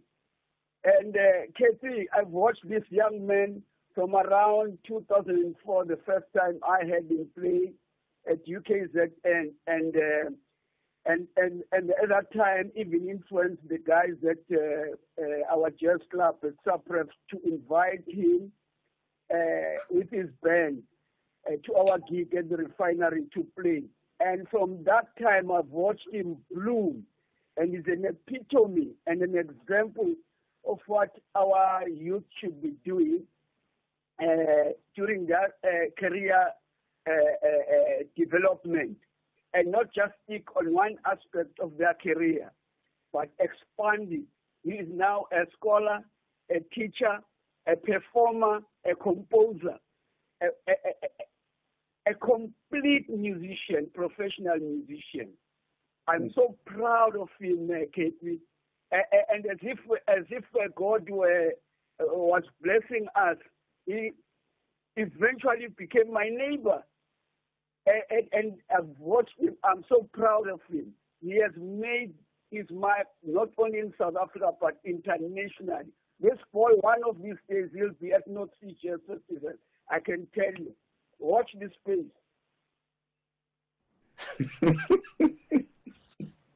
Watch this space, Cathy. What an amazing call. And Ntate Molotsi, let me give you a chance to respond to what he's saying. Thank you much, Babu Molotsi. It is actually fathers like you or people like you who keep us going. A big part when you have to play this music, especially when you have to play it from South, you need a lot of motivation and a lot of encouragement. And Babu Molotsi has been one of them.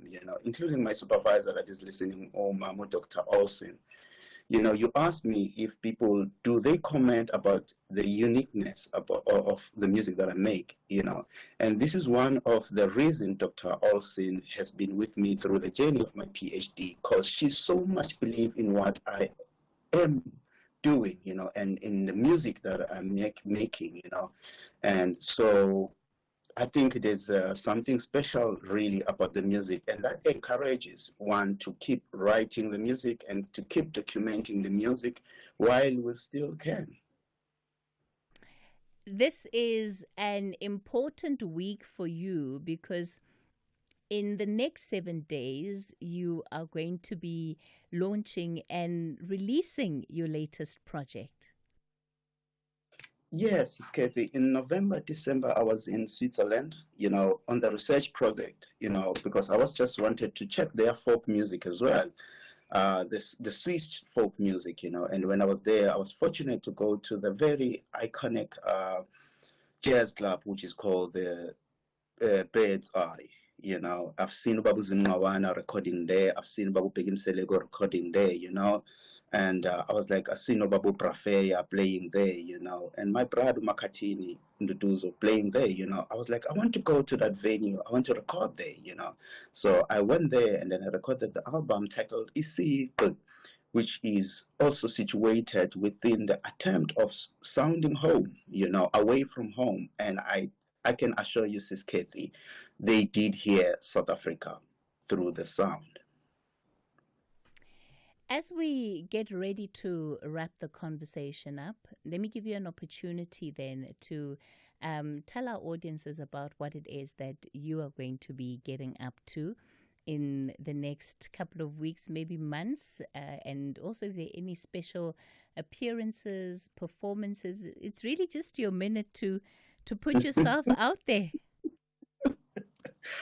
All I can say to my listeners, they've already been supporting. I just want to say thank you. On Monday, I'm starting a new year. I'm going to be 41. We're starting a new year. And meaning there's going to be new music on Friday next week on the 30th. We are releasing new music titled Isikri live at the Bird's Eye. So there's quite a lot to celebrate. And we are launching on Sunday at the Chairman's. We are going to start at home.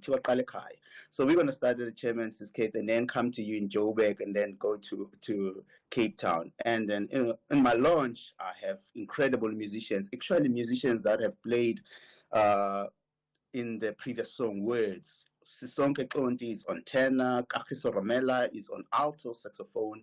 Dalison Ndlazi will be back from Switzerland from the tour, so he's going to be joining us.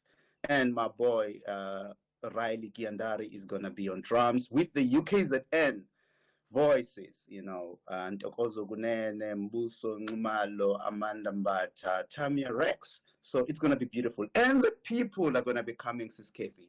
So it's going to be beautiful because we can't do the music without them, without their energy bouncing back to us. So it's going to be a beautiful one. Hello, Cathy. Hello, Sibali Mesh. I'm just sending this VN to say halala. We are proud of you, of the achievement that you've brought to our communities. And a lot of young musicians are looking up to you. So big up, you've come a long way. Halala Sibali. Unjabulo Mahlalalo Imlazi. Sharon in Durban says stunning music, and I agree, Sharon. That's all that it needs. Thank you so much for coming on to the show and for being with us for the last hour, for sharing your journey with us, and of course your beautiful music. We wish you all of the best, and I know that we'll probably be having you back on the show again as you launch your new album. We'll want to bring some of that to our audiences. That's special. Thank you so much. It's the least we can do, getting closer to home, getting closer to home. All right, ladies and gentlemen, that brings us to the end of the talking point for this week. Show back with you again next week between 9 and midday. Have yourselves a lovely weekend, and I'll leave you then with the sounds of MASH.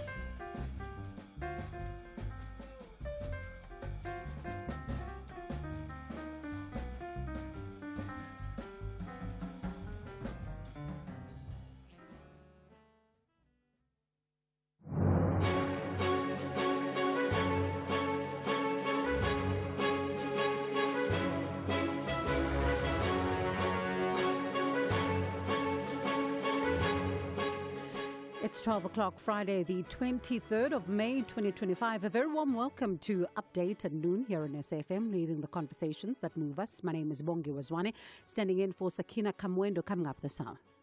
Now we have respect for the United States of America as a country. We have respect for the people of the United States, and we have respect for the President of the United States, President Donald Trump. But we have no respect for his genocide story whatsoever. Police Minister Senzo Mchunu dismisses claims of a white genocide in South Africa during a briefing on the fourth quarterly crime stats. We'll report to the national office what has happened here. We can't have a conference of the ANC where delegates cannot speak freely. We are threatened by police. We are threatened by bouncers from everywhere, even outside the country. These are some delegates that have walked out of the ANC's Peter Mugabe's regional elective conference in Polokwane, that's in Limpopo. Unfortunately, John is not with us today, but do share your views with us on a number of our stories coming up on 41391. SMS charged at 150. Call us 086 0002032. Send your voice notes 082 692 3909. Post your comments on X as well or Facebook at SABC News_radio. And of course, use the hashtag update at noon. These and more coming up in today's edition of the show. But first, the latest news on Delambana is on standby.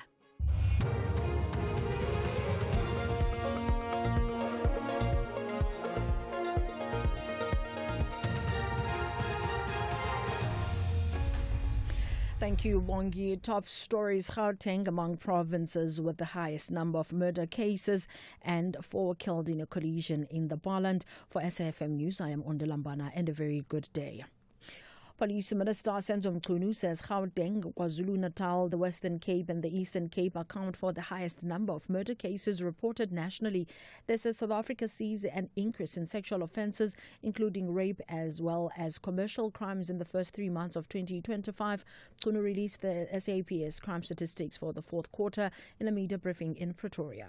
In respect of sexual offences, rape increased. Gauteng and KwaZulu-Natal contribute 19.1% and 19.9% respectively to the national total. In the court under review, decreases in rape statistics were recorded in Eastern Cape, in Gauteng, that includes Limpopo, Northwest and Western Cape.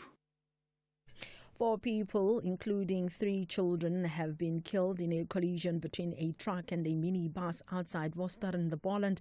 Western Cape Mobility Department spokesperson Muneria Ali says 4 other people sustained serious injuries. We confirm an incident on the R60 at the Overhex crossing this morning at 6:25, where a heavy motor vehicle and minibus taxi were involved in a collision. The road is currently closed with all teams on site attending to the scene.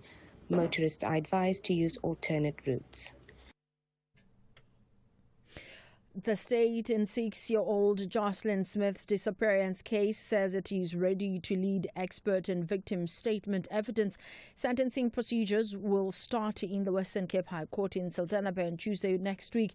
The convicted human traffickers, the girl's mother, had Kelly Smith, as well as Jacquina Pollis and Steveno van Rijn appeared in court in Cape Town this morning ahead of their sentencing. The state has indicated that it will call an expert in human trafficking. Judge Nathan Erasmus also says that there will be a separate hearing on whether the former accused turned state witness Laurentia Lombard will be granted indemnity.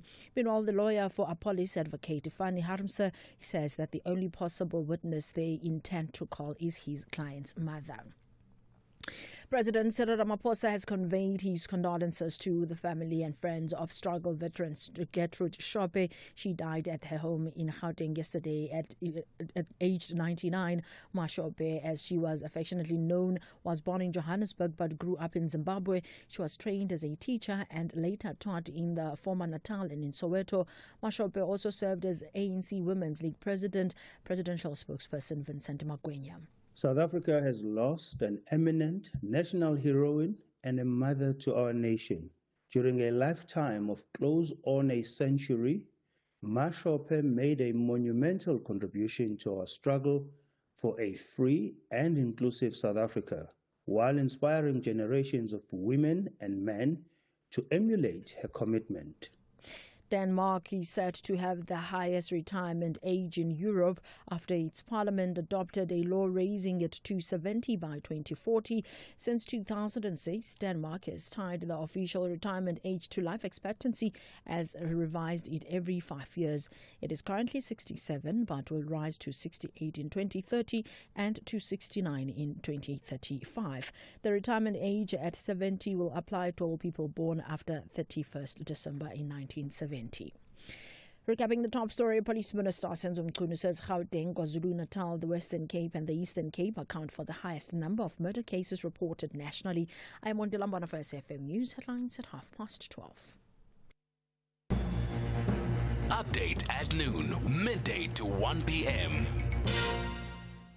Thank you very much, Ondela. And of course, we'll catch up with you at the bottom of the hour with the latest in the news headlines. And of course, lots coming up here on the show. When you look at that story around the crime statistics, 16,049 firearms destroyed in February, as the Police Minister Senzo Mchunu is briefing the media there on the fourth quarter's crime statistics. And of course, you look at the fact that right now there is, of course, still that issue that is still being talked about. That's the issue of a white genocide in South Africa, the false claims there by the U.S. President Donald Trump, and Minister Mkhunu also it pains there to speak about that particular story as well, dispel any notion of this, and speak about the fact that, when you look at the numbers, they do not tally with what is being put out there. So we'll look at that and what is coming out there. Also looking at the highest murder rate.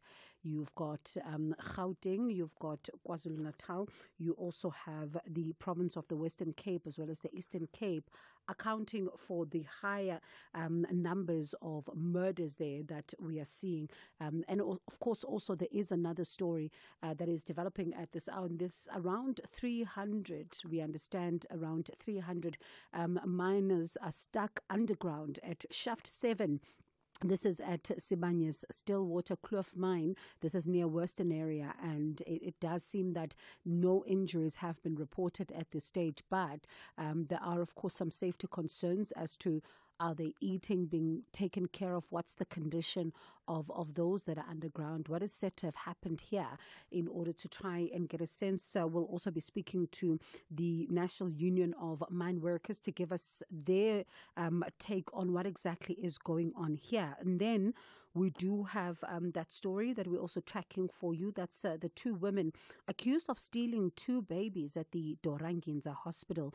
They are expected to appear at the New Brighton Magistrates Court today. Now, the two premature babies were abducted from the hospital on Tuesday night, and they were found on Wednesday, with the two women bringing them back to the hospital. Now, the two women have since been arrested, an incident that has raised all, issues, particularly as far as safety at the hospital is concerned, the security of this particular hospital, what exactly is going on there. Lots of concern about that particular matter as well. So we'll bring you our reporter there, Zolani, who is watching that particular story. And we'll take you to Tanzania as well, where the former President Thabo Mbeki was speaking about issues around Africa Day. And one of the issues is around illicit financial flows in the continent of Africa. It's a huge issue. It's one that is talked about each and every single year. And as we mark, Africa Day this year, it's still one of the big issues. International news editor of the SABC, Sophie Mukwena, has been tracking developments in Tanzania for us and will be joining us on the show just to talk about this as well. And then we'll speak about, story developing in Umtata as well. That's around e-hailing organizations accusing taxi operators of victimization and extortion as well. And according to some of the e-hailing operators, they claim that their vehicles are also taken, and then there's a demand of around 2,000 Rand for the release of some of these vehicles. These are some of the stories that we will be tracking for you today. SAFM 104 to 107 Nation.